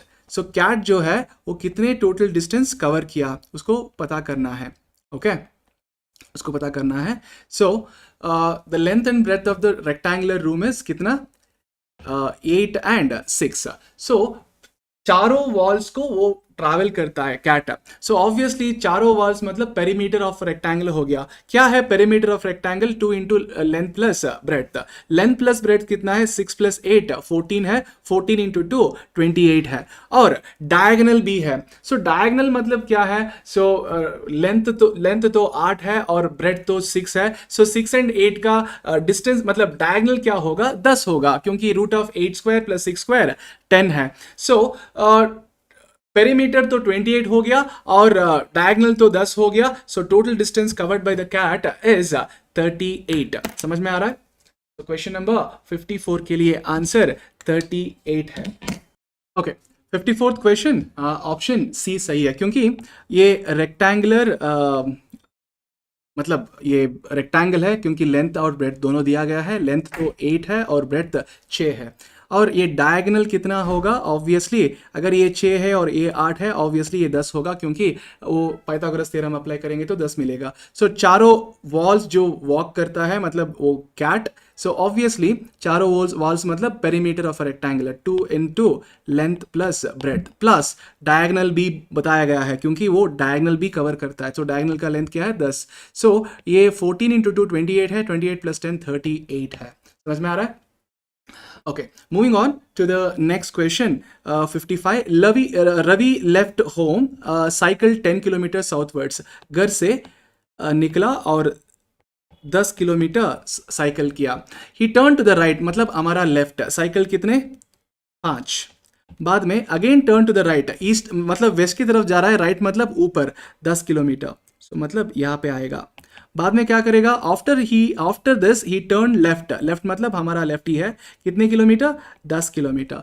How many kilometre will have to cycle to reach his home straight मतलब घर को पहुंचना है तो कितने kilometre वो cycle करना है 10 किलोमीटर और 5 10 + 5 15 किलोमीटर वो साइकिल करना पड़ेगा. Moving on to the next question 56. यहाँ पे ऐसे जब भी ऐसे क्वेश्चन आ जाएगा तो आपको बस ये लास्ट पार्ट में क्या पूछा गया है वो देखना है. Which one shows Q is a grand mother of T. Q T के ग्रैंड मदर होना चाहिए. सो बस ऑप्शन हीटिंग करना है आपको. Q माइनस पी, ऐसे क्वेश्चन मैंने मैराथन में डिस्कस किया. सो Q माइनस पी, सो मतलब जहां पे भी माइनस है वो लेना चाहिए. सो ये वाला लेना चाहिए. यहाँ पे माइनस बोले तो पहला पर्सन दूसरे पर्सन का सेकेंड पर्सन का मदर है. Okay, so obviously Q is a mother of P. Q जो है वो P की मदर है. समझ में आ रहा है? बाद में P प्लस R, जहां पे भी प्लस है यहाँ पे देखना चाहिए. A प्लस B मतलब क्या है, B is a brother of A मतलब जो सेकेंड पर्सन है वो पहला पर्सन की मदर है, ब्रदर है, सॉरी पहला पर्सन का ब्रदर है. सो यहाँ पे सेकेंड पर्सन R है. R जो है वो पहला पर्सन का ब्रदर है मतलब P का ब्रदर है. R जो है वो P का ब्रदर है. यहाँ पे ऐसा नहीं कि A plus B is A is a brother of B, B is a brother of A actually, इसलिए R is a brother of P. बाद में R परसेंटेज T, मतलब परसेंटेज कहाँ पे है, ये स्टेटमेंट है. परसेंटेज है तो पहला पर्सन A जो है वो दूसरे का फादर है मतलब R जो है वो टी का फादर है. सो टी नीचे होना चाहिए. क्वेश्चन क्या है, Q should be a grand mother of T. T के लिए Q जो है वो ग्रैंड मदर ही है ना. सो ऑप्शन ए सेटिस्फाई हो रही है. So question number 57. Read the following instruction. So instruction read करने के बाद ये कोड के लिए कोड में हु इज द फादर, इसमें फादर कौन है वो पता करना है. ये #B, हैश मतलब पहला पर्सन जो है वो मदर ऑफ सेकेंड पर्सन मतलब ये जो है वो B की मदर है. बाद में $C, B डॉलर कहाँ पे है, यहाँ पे है. सो फर्स्ट पर्सन जो है वो सेकेंड पर्सन का भाई है मतलब P is brother of Q मतलब B is brother of whom, C. Okay, बाद में C*D, * यहाँ पे है. सो पहला पर्सन दूसरा पर्सन की डॉटर है. ओके, मतलब P is a daughter of Q, यहाँ पे C is a daughter of D. C जो है वो D की डॉटर है. ओके, अब ये B एंड C जो है वो सिबलिंग्स है. अगर दो सिबलिंग्स है दोनों एक ही पेरेंट मतलब पेरेंट्स एक ही होंगे मतलब फादर मदर एक ही होंगे दोनों का मतलब ऑब्वियसली C एंड B के लिए ये मदर है तो D फादर ही होना चाहिए. सो इसमें फादर ऑफ द फैमिली कौन है, D है. सो ऑप्शन ए जो है वो सही आंसर है. Moving on to the next question. There are 7 members A, C, D, E, F, G and H in a family. Okay, there are 2 fathers, 1 mother, 2 sisters and 4 brothers. E is a sister-in-law of D. E जो है वो D की sister-in-law है. So E का कोई husband है, कौन है पता नहीं है क्योंकि E तो जो है वो sister-in-law है किसकी D की. So D obviously D का बाई जो है वो E का ऑब्वियसली हस्बैंड होगा. यस और नो. बाद में G is the daughter of C. G is a daughter of C मतलब दूसरे डायग्राम बनाएंगे. G जो है वो C की डॉटर है. ओके, बाद में ये is grand father of G. G यहाँ पे तो ये जो है वो ग्रैंड फादर होना चाहिए. इसको बाद में यहाँ पे इंसर्ट करना चाहिए मेन फिगर में, वो देख लेते हैं बाद में. F is brother of E. So F जो है E की ब्रदर है. सो F को यहाँ पे रख लेते हैं, E का बाई है. बाद में E is mother of whom? H. E जो है वो H की मदर है. सो H का जेंडर क्या है पता नहीं है. कितने लोगों को हमने मार्क किए? 1 2 3 4, 4 लोगों को मार्क किए हैं. अब ये सी जी जो है वो उनको वो 3 लोगों को कहाँ पे मार्क करना चाहिए? Very good. ये सी जो है ये जो मेल जो है जो ई का हस्बैंड है वो सी यहाँ पे होना चाहिए, वो सी होना चाहिए, तभी ये ऊपर एंड जी नीचे. सो पूरे 7 मेंबर्स ऑफ फैमिली हो गया. अब कंडीशन क्या है देखो, यहाँ पे 2 फादर्स है. कौन कौन है 2 फादर्स? ये एक फादर है और सी भी एक फादर है. सो 2 फादर्स का कंडीशन सेटिस्फाई हो गया. 1 मदर है. कौन है मदर यहाँ पे? ई जो है वो एक ही मदर है, मतलब ये फैमिली में, वो भी सेटिस्फाई हो गया. बाद में क्या है? 2 सिस्टर्स. कौन कौन है सिस्टर्स? एक मतलब ई जो है वो किसी का सिस्टर है, वो भी सेटिस्फाई हो गया. और जी जो है वो किसी का सिस्टर है, मतलब एच का सिस्टर है, एच की सिस्टर है, वो भी सेटिस्फाई हो गया. मतलब 2 सिस्टर्स तो है. अब 4 भाई होना चाहिए. कौन कौन से भाई है? ये किसी का भाई नहीं है. एफ जो है वो किसी का भाई है, मतलब एक भाई हो गया. और दूसरा भाई तो सी है, सी डी का भाई है. सो 2 भाई हो गया. और 2 भाई होना चाहिए. वो 2 भाई कौन कौन से होना चाहिए? ऑब्वियसली डी जो है वो भी मेल होना चाहिए और एच जो है वो ही मेल होना चाहिए, तभी 4 भाई मिल जाएंगे आपको. बस क्वेश्चन में क्या है? How is H related to A? H जो है वो ए का क्या है? एच जो है वो ग्रैंडसन है ए के लिए, मतलब 2 जनरेशन नीचे है, सो ग्रैंडसन है. बाद में how many male members in the family? Family में कितने मेल मेंबर्स है? Count the number of squares. 1 2 3 4 4 5. 1 count कर दीजिएगा. 1 2 3 4 एंड 5. सो 5 मेल मेंबर्स है फैमिली में. आगे बढ़ते हैं नेक्स्ट क्वेश्चन की ओर. क्वेश्चन में ये इज बी सिस्टर. ये जो है वो बी की बहन है. ये इज बी सिस्टर. सिस्टर बोले तो सर्कल है. और सी इज बीस मदर. सी जो है वो सी की माँ है. ओके. और डी जो है वो सी का फादर है. डी जो है वो सी का फादर है. बाद में ई जो है वो ई की मदर है. सो ई जो है E is mother of D. So E जो है वो माँ है डी की, obviously. then how a is related to d? how a is related to d? ये जो है वो d का क्या होगा? d के लिए a जो है 2 जनरेशन नीचे है और ये फीमेल है, तो ऑब्वियसली ग्रैंड डॉटर ही होना चाहिए. मतलब ऑप्शन डी जो है वो सही आंसर है. समझ में आ रहा है? समझ में आ रहा है? चलिए आगे बढ़ते हैं नेक्स्ट क्वेश्चन पे. The following set of data can not be represented in table. Table में आपको डेटा रिप्रेजेंट करना है, वो क्वांटिटेटिव डेटा होना चाहिए. देखो पहला हाइट्स, ये तो क्वांटिटेटिव है. वेट भी है क्वांटिटेटिव. और number of bills per day, ये भी क्वांटिटेटिव है. सो जो क्वांटिटेटिव नहीं है वो कौन सा है? Amount of rainfall marked as medium, average and heavy. Medium, average and heavy का कोई मेजर नहीं है, सो इसलिए ये है क्वालिटेटिव डेटा, इसको मार्क नहीं कर सकते हैं. 62nd question. According to empirical rule the data from the bell shaped. Bell shape कैसे होगा? ऐसे है ना. बेल शेप्ड ये है. सो बेल शेप में मैक्सिमम वैल्यू कहाँ पे आकर होगा? मैक्सिमम वैल्यू मिडिल में आकर होगा. मैक्सिमम वैल्यू मिडिल में होगा. और मिनिमम कहाँ पे होगी? ऑब्वियसली मिनिमम एक्सट्रीम में, मतलब एंड्स में होंगे. So obviously middle and ends is the right answer. Maximum क्योंकि वो बीच में होगा, मतलब मिडिल में होगा, और मिनिमम पॉइंट जो है वो एंड्स में, मतलब left hand and right hand side में होंगे. Moving on to the next question. The mean of set of 20 observation is 18.3. मतलब 20 ऑब्जर्वेशन के लिए मीन 18.3 है. Mean is reduced by 0.6 when new observation is added. जब भी नए ऑब्जर्वेशन ऐड किया जाए और सब्ट्रैक्ट किया जाए, उसके लिए मैंने शॉर्टकट दिया है, मैराथन वीडियोस में चेक कर दीजिएगा. X new, X bar new क्या है? समेशन एक्स ओरिजिनल प्लस और minus X divided by N final. ये शॉर्टकट इस्तेमाल करके आप जल्दी आंसर पता कर सकते हैं. अब एक्स ओल्ड क्या है? एक्स बार ओल्ड क्या है?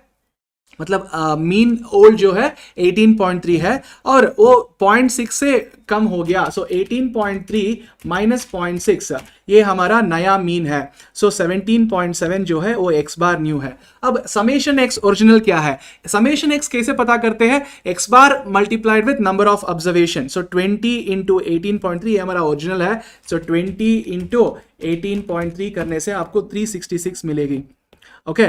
प्लस प्लस, यहाँ पे प्लस करना है माइनस करना है, न्यू ऑब्जर्वेशन इज एडेड, अगर ऐड किया गया तो प्लस करना है, सब्ट्रैक्ट किया गया तो माइनस करना है, सो यहाँ पे ऐड किया गया है इसलिए plus, divided by n final, क्योंकि यहाँ पे एक ऑब्जर्वेशन को ऐड किया गया है, n फाइनल कितना होगा, स्टार्टिंग में 20 थे, अब एक नया ऑब्जर्वेशन ऐड करने से 21 हो जाता है।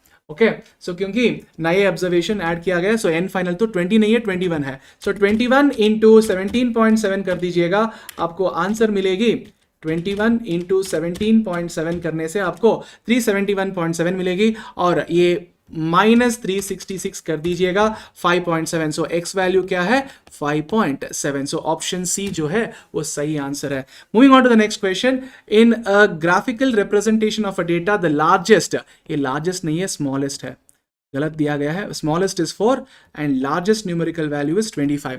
जब भी लार्जेस्ट एंड न्यूमेरिकल वैल्यू दिया जाए तो रेंज कैसे पता करते हैं, लार्जेस्ट माइनस स्मॉलेस्ट, लार्जेस्ट तो 25 है, स्मॉलेस्ट तो 4 है, तो डिफरेंस 21 हो जाएगा। सो अब नंबर ऑफ क्लासेस के लिए फॉर्मूला क्या है, इसको भी मैंने शॉर्टकट में डिस्कस किया है मैराथन वीडियोस में।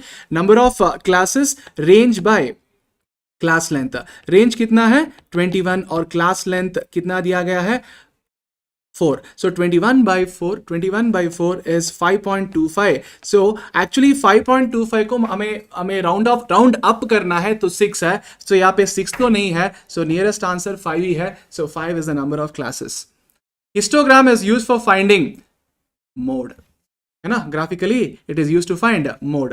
The median of the following numbers which are given in ascending order is 25. median तो दिया गया है और observations को ascending order में दिया गया है, मतलब सॉर्ट करने की कोई जरूरत नहीं है, वही सॉर्ट करके दिया गया है। सो यहाँ पे 2 बीच वाला ऑब्जर्वेशन है, क्योंकि 4 लेफ्ट में 4 राइट में, तो 2 बीच वाला ऑब्जर्वेशन है, तो मीडियन कैसे पता करना है, एवरेज लेना है, median is average of these 2 observation, average करना है तो दोनों को ऐड करना होगा, x प्लस x 2x है, 2 प्लस 4 तो 6 है, डिवाइडेड बाय 2, क्योंकि एवरेज लेना है तो ऐड करके बाद में डिवाइड बाय 2 करना है। मीडियन कितना दिया गया है 25 into 2 50 minus 6 is equal to 2x, so 44 by 2, x का वैल्यू क्या है 22, सो ऑप्शन ए सही उत्तर है। Moving on to 67, the mean salary of group of 50 persons is 5850. Later on, it is discovered that the salary of one has been wrongly taken. जब भी wrongly taken और added और subtracted दिया जाता है, so x bar new is equal to summation x original plus or minus x divided by n final. यही formula इस्तेमाल करना है। So x bar new कितना है, एक्स बार न्यू वही, मतलब करेक्टेड मीन सैलरी वही पता करना है। एक्स बार समेशन एक्स ओरिजिनल कितना है 50 इंटो कितना है 5850 रिजल्ट आएगा 2,92,500, करेक्ट। 50 इंटो 5850 रिजल्ट आएगी 2,92,500, 2,92,500। बाद में x, सी प्लस और माइनस x, यहाँ पे एक रॉन्ग ऑब्जर्वेशन को हटाना है, मतलब रॉन्ग ऑब्जर्वेशन क्या है 8000, रॉन्ग ऑब्जर्वेशन को रिमूव करके करेक्ट ऑब्जर्वेशन को ऐड करना है, क्योंकि हमें करेक्ट वैल्यू को पता करना है। सो करेक्ट वैल्यू मतलब 7800 को ऐड करना है। एन फाइनल क्या है, सो क्या कुछ असर पड़ेगा टोटल नंबर ऑफ ऑब्जर्वेशंस में, नहीं है, क्योंकि रॉन्ग ऑब्जर्वेशन को रिमूव किया, करेक्ट ऑब्जर्वेशन को ऐड किया, सो टोटल 50 ही रह जाएगी। सो 2,92,500 minus 8000 plus 7,800, so divided by 50 करने से आपको आंसर आएगी 5846, यानी ऑप्शन बी सही उत्तर है।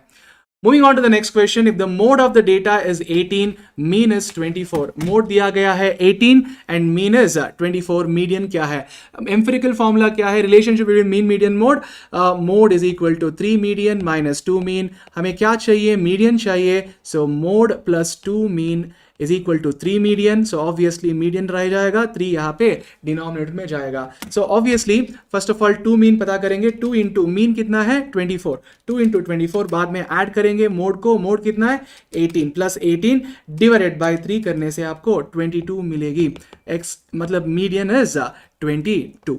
Next question, if the first quartile is 142, मतलब Q1 दिया गया है 150 142, सेमी इंटर क्वार्टाइल रेंज, क्या मतलब सेमी इंटर क्वार्टाइल रेंज का, इंटर क्वार्टाइल रेंज मतलब Q3 माइनस Q1, सेमी मतलब half which is nothing but 18। अब Q3 माइनस Q1 तो कितना हो जाएगा 36। इसमें इनमें से हमें क्या पता है, Q1 पता है 142, ये 142 को राइट हैंड साइड में लेके जाएंगे तो प्लस 142 होगा तो 178 है। 142 प्लस 36 इज 178। Q3 तो मिल गया। अब हमें फाइंड आउट करना है मीडियन। मीडियन कैसे पता करते हैं? मीडियन सेकेंड क्वार्टाइल जो है वो average of first and third quartile है, एवरेज ले लीजिएगा। सो फर्स्ट क्वार्टाइल तो 142 है प्लस थर्ड क्वार्टाइल तो 178 डिवाइडेड बाय 2 करने से आपको 160 मिलेगा। सेकेंड क्वार्टाइल जो है वही हमारा मीडियन है। So answer 160। Moving on to the next question, क्या है? Origin is shifted by 5। Origin shift करने से स्टैंडर्ड डिविएशन जो है वो चेंज नहीं होगा। So there will be no change in SD। मैं सारे पॉइंट जो भी डिस्कस कर रहा हूँ वो मैराथन में डिस्कस किया है ना? So refer to the marathon videos. The third decile for the numbers 10, 15, 10, 25, 18, यहाँ पे मेरा हिसाब से ये अगर 111 मान लेते हैं तो पहले इसको अरेंज करना है। पहले लीस्ट ऑब्जर्वेशन क्या है? 9, 10, बाद में 9 हो गया, 10 हो गया, बाद में 12, बाद में क्या है 15, बाद में 18, बाद में 25, बाद में 111। कितने ऑब्जर्वेशन है? 7 ऑब्जर्वेशन से n is equal to 7।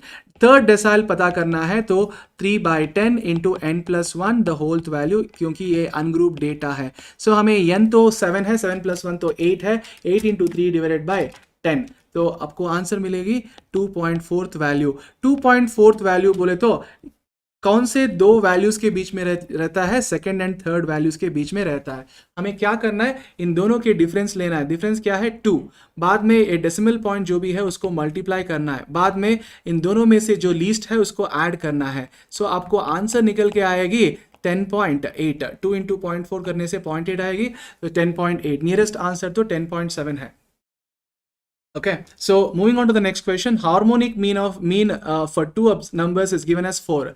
So harmonic mean के लिए फॉर्मूला क्या है? दो ऑब्जर्वेशन के लिए 2AB divided by A + B। यहाँ पे पूछ रहा है हमें नंबर्स क्या है। सो नंबर्स कहाँ पे है? ऑप्शन में है। ऑप्शन हिटिंग करने से आप पता कर सकते हैं 2AB divided by A + B क्या आना चाहिए आपको? 4 आना चाहिए। कौन से ऑप्शन आपको 4 देगी? Very good. So option C सही है। क्यों? 6 and 3 are the two observation. 2 into 6 is A and B is 3 divided by 6 + 3 कितना है? 9। ये करने से आपको 4 ही मिलेगा, क्योंकि 3 1s are 3 3s are 3 and 2 cancel, so 2 2s are 4. So 4 is the harmonic mean, मतलब ऑप्शन C सही आंसर है। Moving on to the next question, क्या है? If the mean and the coefficient of variation of marks of 10 students is 20 and 80, AM जो है हमारा 20 है और CV जो है वो 80 है। So CV का फॉर्मूला क्या है? CV is SD by AM into 100। हमें क्या चाहिए? वेरिएंस चाहिए। पहले तो स्टैंडर्ड डिविएशन पता करना है। CV कितना है? 80, SD डिवाइडेड बाय AM कितना है? 20 into 100। So 21s are 25s are 5s are 5 16s are, so SD निकल के आएगा 16। So वेरिएंस क्या है? वेरिएंस इज SD का स्क्वायर है। सो ऑब्वियसली 16 स्क्वायर करना है तो 256 सही आंसर है। सो ऑप्शन ये सही उत्तर। समझ में आ रहा है? Moving on, if the same amount is added or subtracted from all the observations, then the standard deviation and variance both shall be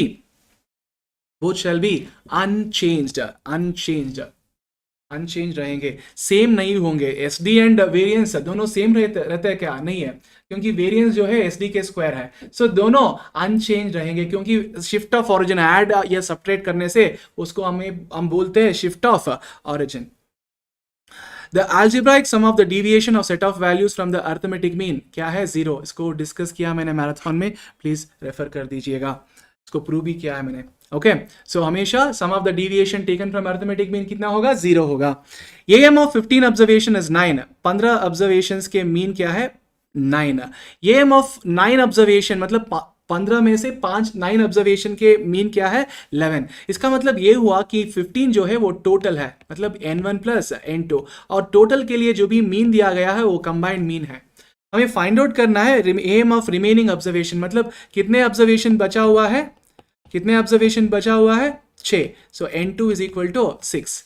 अब हमें फाइंड आउट करना है x2 बार। ये सेकंड टाइप का क्वेश्चन है, मतलब कंबाइंड मीन में इसका भी डिस्कशन मैंने किया था। सो कंबाइंड मीन के फॉर्मूला क्या है, xc bar is equal to n1 x1 bar plus n2 x2 bar divided by n1 plus n2। इसमें अननोन क्या है, x2 बार जो है वही हमारा अननोन है, सो उसको यहाँ पे रख लीजिएगा, बाकी सब वहाँ पे भेज लीजिएगा। n1 प्लस n2 कितना है 15 इंटू एक्सी बार कितना है 9, वो पॉजिटिव रह जाता है, सो m प्लस दबाओ। और n1 x1 बार, n1 कितना है 9 इंटू x1 बार 11 है, और वहां पे लेफ्ट हैंड साइड में लेके जाएंगे तो नेगेटिव हो जाएगा, सो m माइनस दबाओ, m माइनस दबा के mrc दबाओ, डिवाइडेड बाय n2 जो है वो डिवाइड हो जाएगा, सो डिवाइडेड बाय n2 कितना है 6, सो आपको आंसर मिलेगी 6, ऑप्शन बी सही आंसर है। समझ में आ रहा है? Next question, which of the following is not a type of sampling? Very good, कौन सा है? Stand alone is not a method of sampling. Connection with random experiment, it is found that P of A given, P of B given, P of A union B given, P of A dash slash B, ये conditional probability है।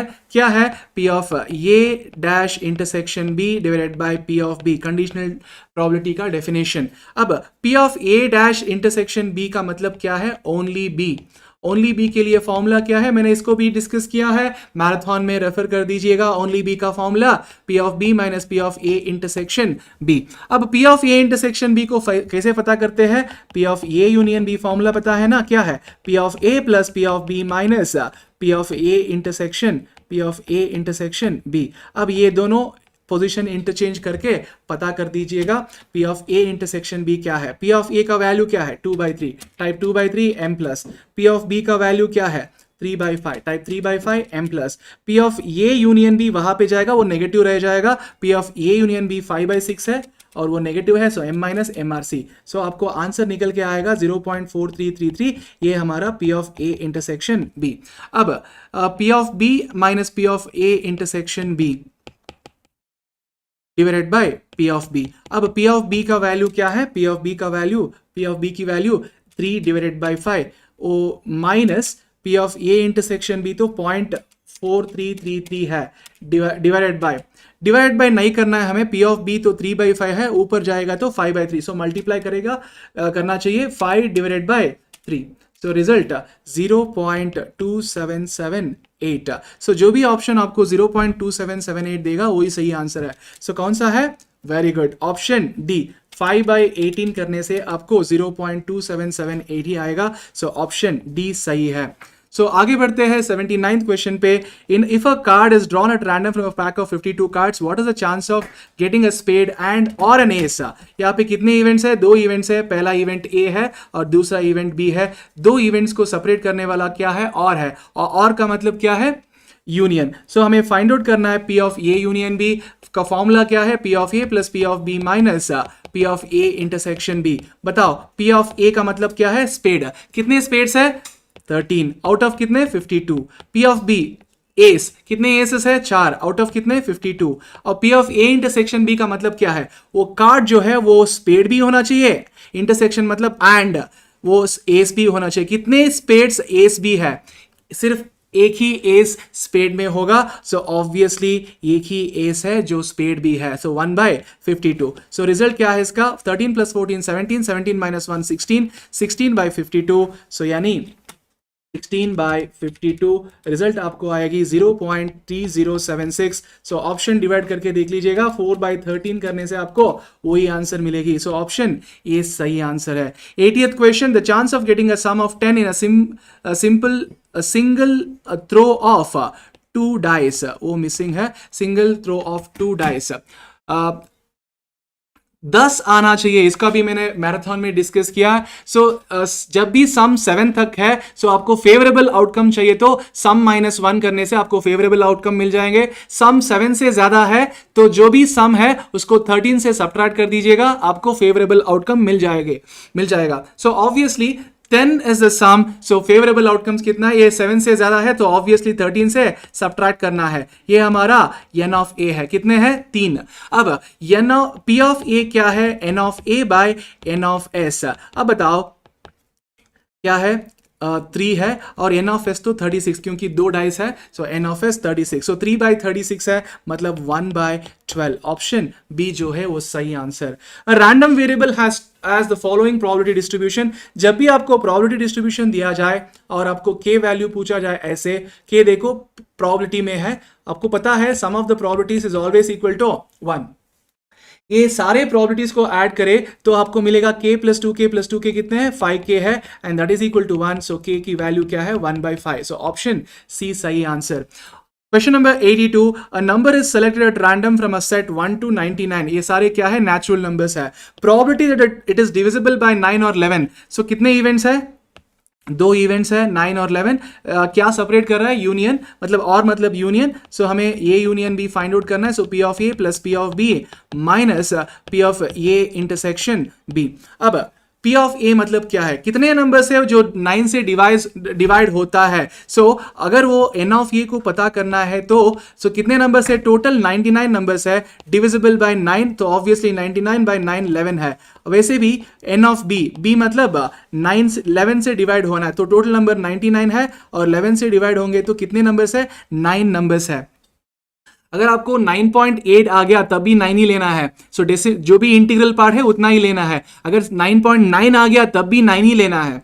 जब भी question मतलब result में ऐसा आएगा 11.9 11.8 ऐसे 11 ही लेना पड़ेगा आपको। अब n of a intersection b क्या है, n of a intersection b total numbers कितना है, 99। ये इंटरसेक्शन b के लिए LCM ऑफ 9 and 11 लेना है, सो LCM ऑफ 9 and 11 कितना है, 99, सो n of a intersection b 1 है। सो बस सब्स्टिट्यूट करना है, p ऑफ a तो n of a by n of s, n of a तो 11 है, n ऑफ s तो 99 है, p ऑफ b तो n of b by n of s, n of b तो 9 है, 9/99, and n of a intersection b 1 आ गया, 1/99। Result क्या है, 19/99 is the result, so option B जो है वो सही उत्तर। सो 83rd, A random variable x follows the binomial distribution। binomial distribution में e of x का मतलब क्या है, np मतलब मीन, np मतलब मीन, मतलब एक्सपेक्टेड वैल्यू मतलब मीन है, और वेरिएंस, जब भी मीन एंड वेरिएंस दिया जाए सो प्रोबेबिलिटी ऑफ फेलियर कैसे पता करते हैं, mean by variance by mean. Variance by mean किया करो, मतलब 1.2/2 विच इज 0.6। अगर q वैल्यू 0.6 है तो p वैल्यू कितना है, 0.4। अब क्या लेना चाहिए, बस मीन फॉर्मूला ले लो, np इज इक्वल टू 2। अब p के वैल्यू क्या है, 0.4 which is equal to 2, so 2 divided by 0.4 कीजिएगा, 5 मिलेगा, so n value 5, option C सही आंसर है। Moving on to the next question, the mean of a Poisson distribution. Poisson distribution में mean क्या है, m यानी या तो लैम्डा से भी लिख सकते हैं मीन को, मतलब m is equal to 4। Probability of 2 success पूछा गया है, सो p ऑफ x is equal to 2 find करना है।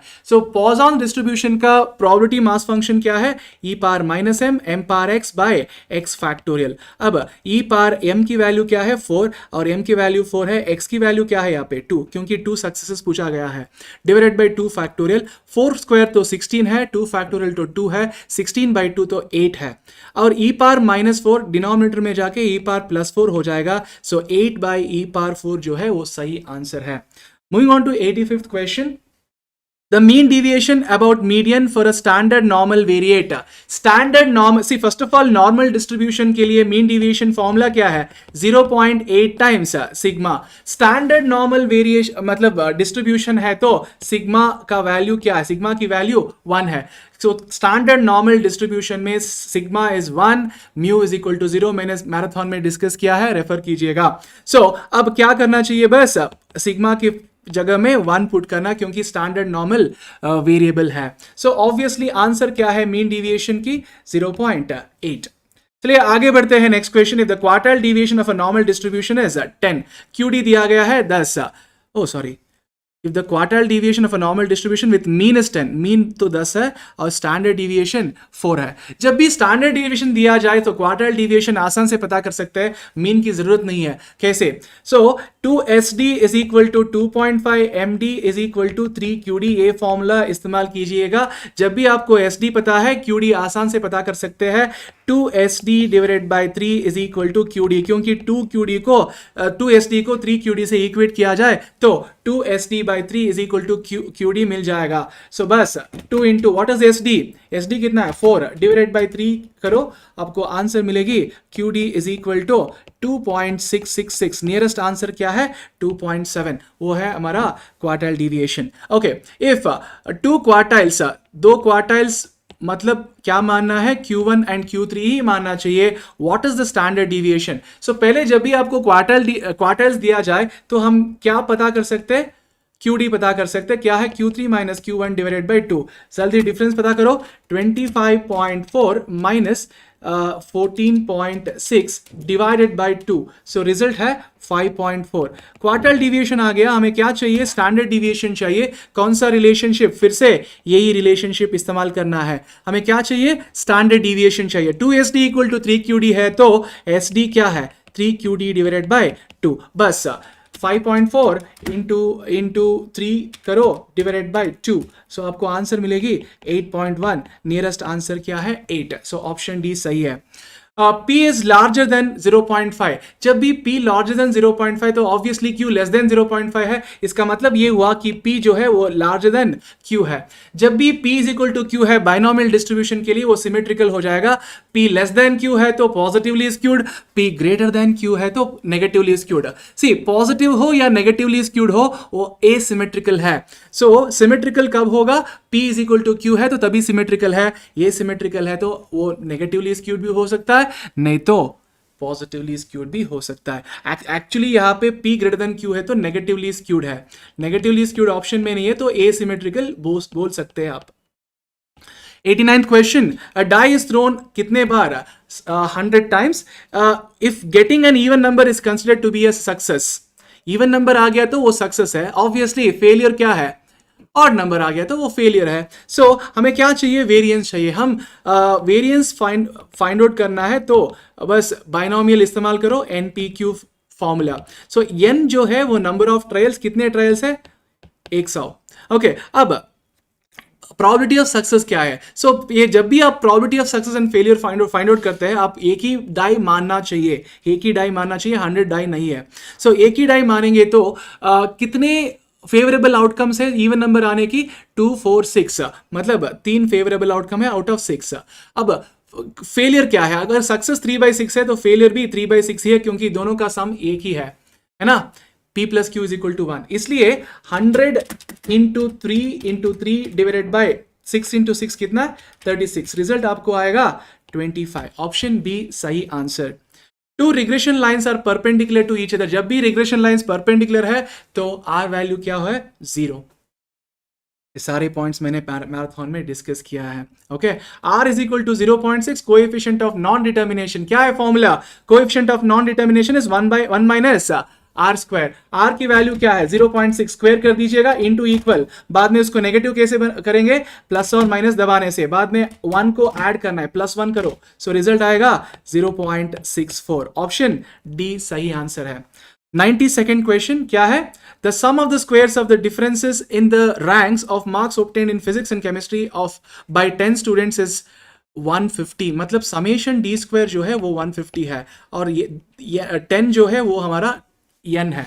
सो हमें फाइंड आउट करना है कोएफिशिएंट ऑफ रैंक कॉरिलेशन. मतलब R is equal to 1 minus 6 into summation D square divided by n cube minus n. पहले n क्यूब माइनस n की value पता करो. n वैल्यू तो 10 है, क्यूब कैसे करते हैं, इंटू इक्वल टू 2 बार -10. इसको n क्यूब माइनस n को ऊपर लेके जाना है. कैसे लेके जाएंगे, डिवाइड इक्वल टू करने से ऊपर लेके जा सकते हैं. बाद में मल्टीप्लाई करो, प्रेस इंटू किससे 6 से, इंटू 6. बाद में इंटू करो, समेशन डी स्क्वायर कितना है 150. इसको नेगेटिव कैसे बनाते हैं, प्लस और माइनस दबाने से. बाद में 1 को ऐड करो. सो रिजल्ट आएगी 0.0909. नियरेस्ट आंसर है 0.091. ऑप्शन बी जो है वो सही है. If regression coefficient, if one of the regression coefficient is greater than unity, other regression coefficient क्या होना चाहिए, लेस देन यूनिटी होना चाहिए. मतलब ऑप्शन सी सही है, क्योंकि दोनों का प्रोडक्ट 1 या लेस देन 1 होना चाहिए, तभी R जो है वो root of BXY into B Y X satisfy होगी, नहीं तो R out of the range हो जाएगा, दोनों मोर देन वन है तो। सो ये एक मोर देन वन है तो एक लेस देन वन होना चाहिए, तभी विद इन द रेंज आ जाएगा। फॉर द रिग्रेशन लाइन, दो रिग्रेशन लाइन्स दिया गया है, हमें फाइंड आउट करना है बी एक्स वाई। अगर बी एक्स वाई पता करना है तो कौन सा एक्स ऑन वाई, कौन सा वाई ऑन एक्स, वो पता करना है। इसके लिए शॉर्टकट मैंने मैराथन में डिस्कस किया है। पहले आपको मानना है पहला इक्वेशन को y ऑन x, पहला इक्वेशन को y ऑन x मानते हैं, y ऑन x, दूसरा इक्वेशन को x ऑन y मानना है। पहला इक्वेशन से हम किसको डिवाइड करना है, x बाय y करना है। x बाय y करने से आपको 4/2, इसमें सिर्फ मैग्नीट्यूड लेना है। दूसरे इक्वेशन में y बाय x करना है, y इज 3 x इज 2, सिर्फ मैग्नीट्यूड्स लेना है, साइन नहीं है। बाद में क्या है, इक्वल टू दबा के 4/2 इंटू 3/2 इक्वल टू दबा के रूट प्रेस करना है, क्योंकि हम क्या फाइंड कर रहे हैं, आर फाइंड कर रहे हैं। इक्वल टू दबा के रूट, ये करने से हमें 1.732 मिलेगा। ये हमारा आर वैल्यू है। ये R value within the range है, आउट ऑफ द रेंज है, आउट ऑफ रेंज। ये R value out of range है, तो ये जो भी हमने अज्यूम किया वो सही नहीं है। ये हमारा एक्चुअल एक्स ऑन वाई, ये हमारा एक्चुअल y ऑन x। जो भी बी एक्स वाई हमें चाहिए वो x ऑन y से ही लेना चाहिए। x ऑन y करना, x ऑन y से लेंगे तो x ऑन y से हम क्या डिवाइड करते हैं, y बाई x करते हैं, x बाई y नहीं है। y बाई x मतलब 2/4 यानी 1/2। Option B is the right answer. ये हमारा बी एक्स वाई है। समझ में आ रहा है? चलिए आगे बढ़ते हैं। Next question, if the coefficient of correlation between x and y is 0.5, r की वैल्यू दिया गया है और कोवेरियंस भी दिया गया है, स्टैंडर्ड डिविएशन ऑफ x दिया गया है, स्टैंडर्ड डिविएशन ऑफ y पूछ रहे हैं, तो कौन सा फॉर्मूला यूज करना है, r is equal to covariance of x, y divided by sx into sy formula इस्तेमाल करना है। यहाँ पे अननोन क्या है, sy, बाकी सब पता है। रीअरेंज कर दीजिएगा, covariance of x, y divided by sx into r। बस r इंटू xx मल्टीप्लाई कर दीजिएगा, sx कितना है 4 और r की वैल्यू क्या है 0.5। इसको ऊपर लेके जाना है, कैसे, डिवाइड इक्वल टू करने से, बाद में मल्टीप्लाई करना है, press into covariance of x, y कितना है 16, इंटू 16 कर दीजिएगा, आपको sy मिलेगी 8। ऑप्शन बी सही आंसर है। Moving on to the next question, Fisher's index is dash of Laspers and Paches. It is a geometric mean of Laspers and Paches because Fisher's is root of L into P. It is a geometric mean. Option B is the right answer. Circular test is satisfied by which of the following index? It is simple geometric mean of price relative and weighted aggregators with fixed weights. Obviously एक ही option है, option D simple geometric mean of price relatives, वही सही answer है। 98th question, Laspers index पूछा गया है। Laspers index का फॉर्मूला क्या है, summation P1 Q0 by summation P0 Q0 या फिर summation Pn Q0 divided by summation P0 Q0। अगर क्वेश्चन में 1 दिया गया है तो 1 के हिसाब से लिखना चाहिए, n दिया गया है तो n के हिसाब से लिखना चाहिए। इंटू 100 करना है आपको। अब Pn Q0 कितना है 2000, type 2000 divided by P0 Q0 कितना है 1360। आपको आंसर निकल के आएगी 1.47, इंटू 100 करो तो आपको आंसर आएगी 147.05। 147.05 इज द करेक्ट आंसर, पर यहाँ पे ऑप्शन में 147.50, अप्रॉक्सीमेट आंसर वही टिक कर दीजिएगा, नन ऑफ दिस नहीं है। Okay, Laspers index is 250, Paches index is 160, find the Fisher's index. Fisher's index क्या है, root of L into P। दोनों को मल्टीप्लाई कर दीजिएगा, 250 इंटू 160, बाद में इक्वल टू प्रेस कर दीजिएगा, बाद में रूट। रिजल्ट आएगी आपको 200। ऑप्शन ए सही आंसर है। लास्ट क्वेश्चन क्या है, if the prices of all commodities in the base year is twice the values of the respective commodities in the current year, मतलब P0 जो है वो 2 टाइम्स P1 है एज पर दिस। ओके, अब हमें क्या चाहिए, फिशर्स आइडियल इंडेक्स चाहिए। फिशर्स इंडेक्स फॉर्मूला क्या है, root of L into P। L की फॉर्मूला क्या है, summation P1 Q0 by summation P0 Q0 into Paches का फॉर्मूला क्या है, summation P1 Q1 by summation P0 Q1 whole thing multiplied by 100। अब बस हमें क्या करना चाहिए, जहां पे भी P0 है वहां पे 2 टाइम्स P1 लिखना है। अब देखो P1 Q0, ये P0 के जगह 2 टाइम्स P1 आएगा, तो 2 बाहर ले लीजिएगा, P1 Q0 हो जाएगा। और P1 Q1 वैसे ही न्यूमरेटर में, डिनोमिनेटर में P0 की जगह में 2 P1 लिखना है, 2 बाहर आएगा, P0 Q1। ओके, अब क्या हो जाएगा, तो दोनों P0 है ना, ओ सॉरी ये P1 है, सो P1 Q1 कटेगा, P1 Q नॉट कटेगा, और जो बचा है 1/2 इंटू 1/2 तो 1/4 है, 1/4 का रूट है 1/2, बाद में इंटू 100 करना है, सो आंसर आपको मिलेगी 50। ऑप्शन बी सही आंसर है। So with this we have completed mock paper 1 of September attempt 2024. Hope you understood. Thank you.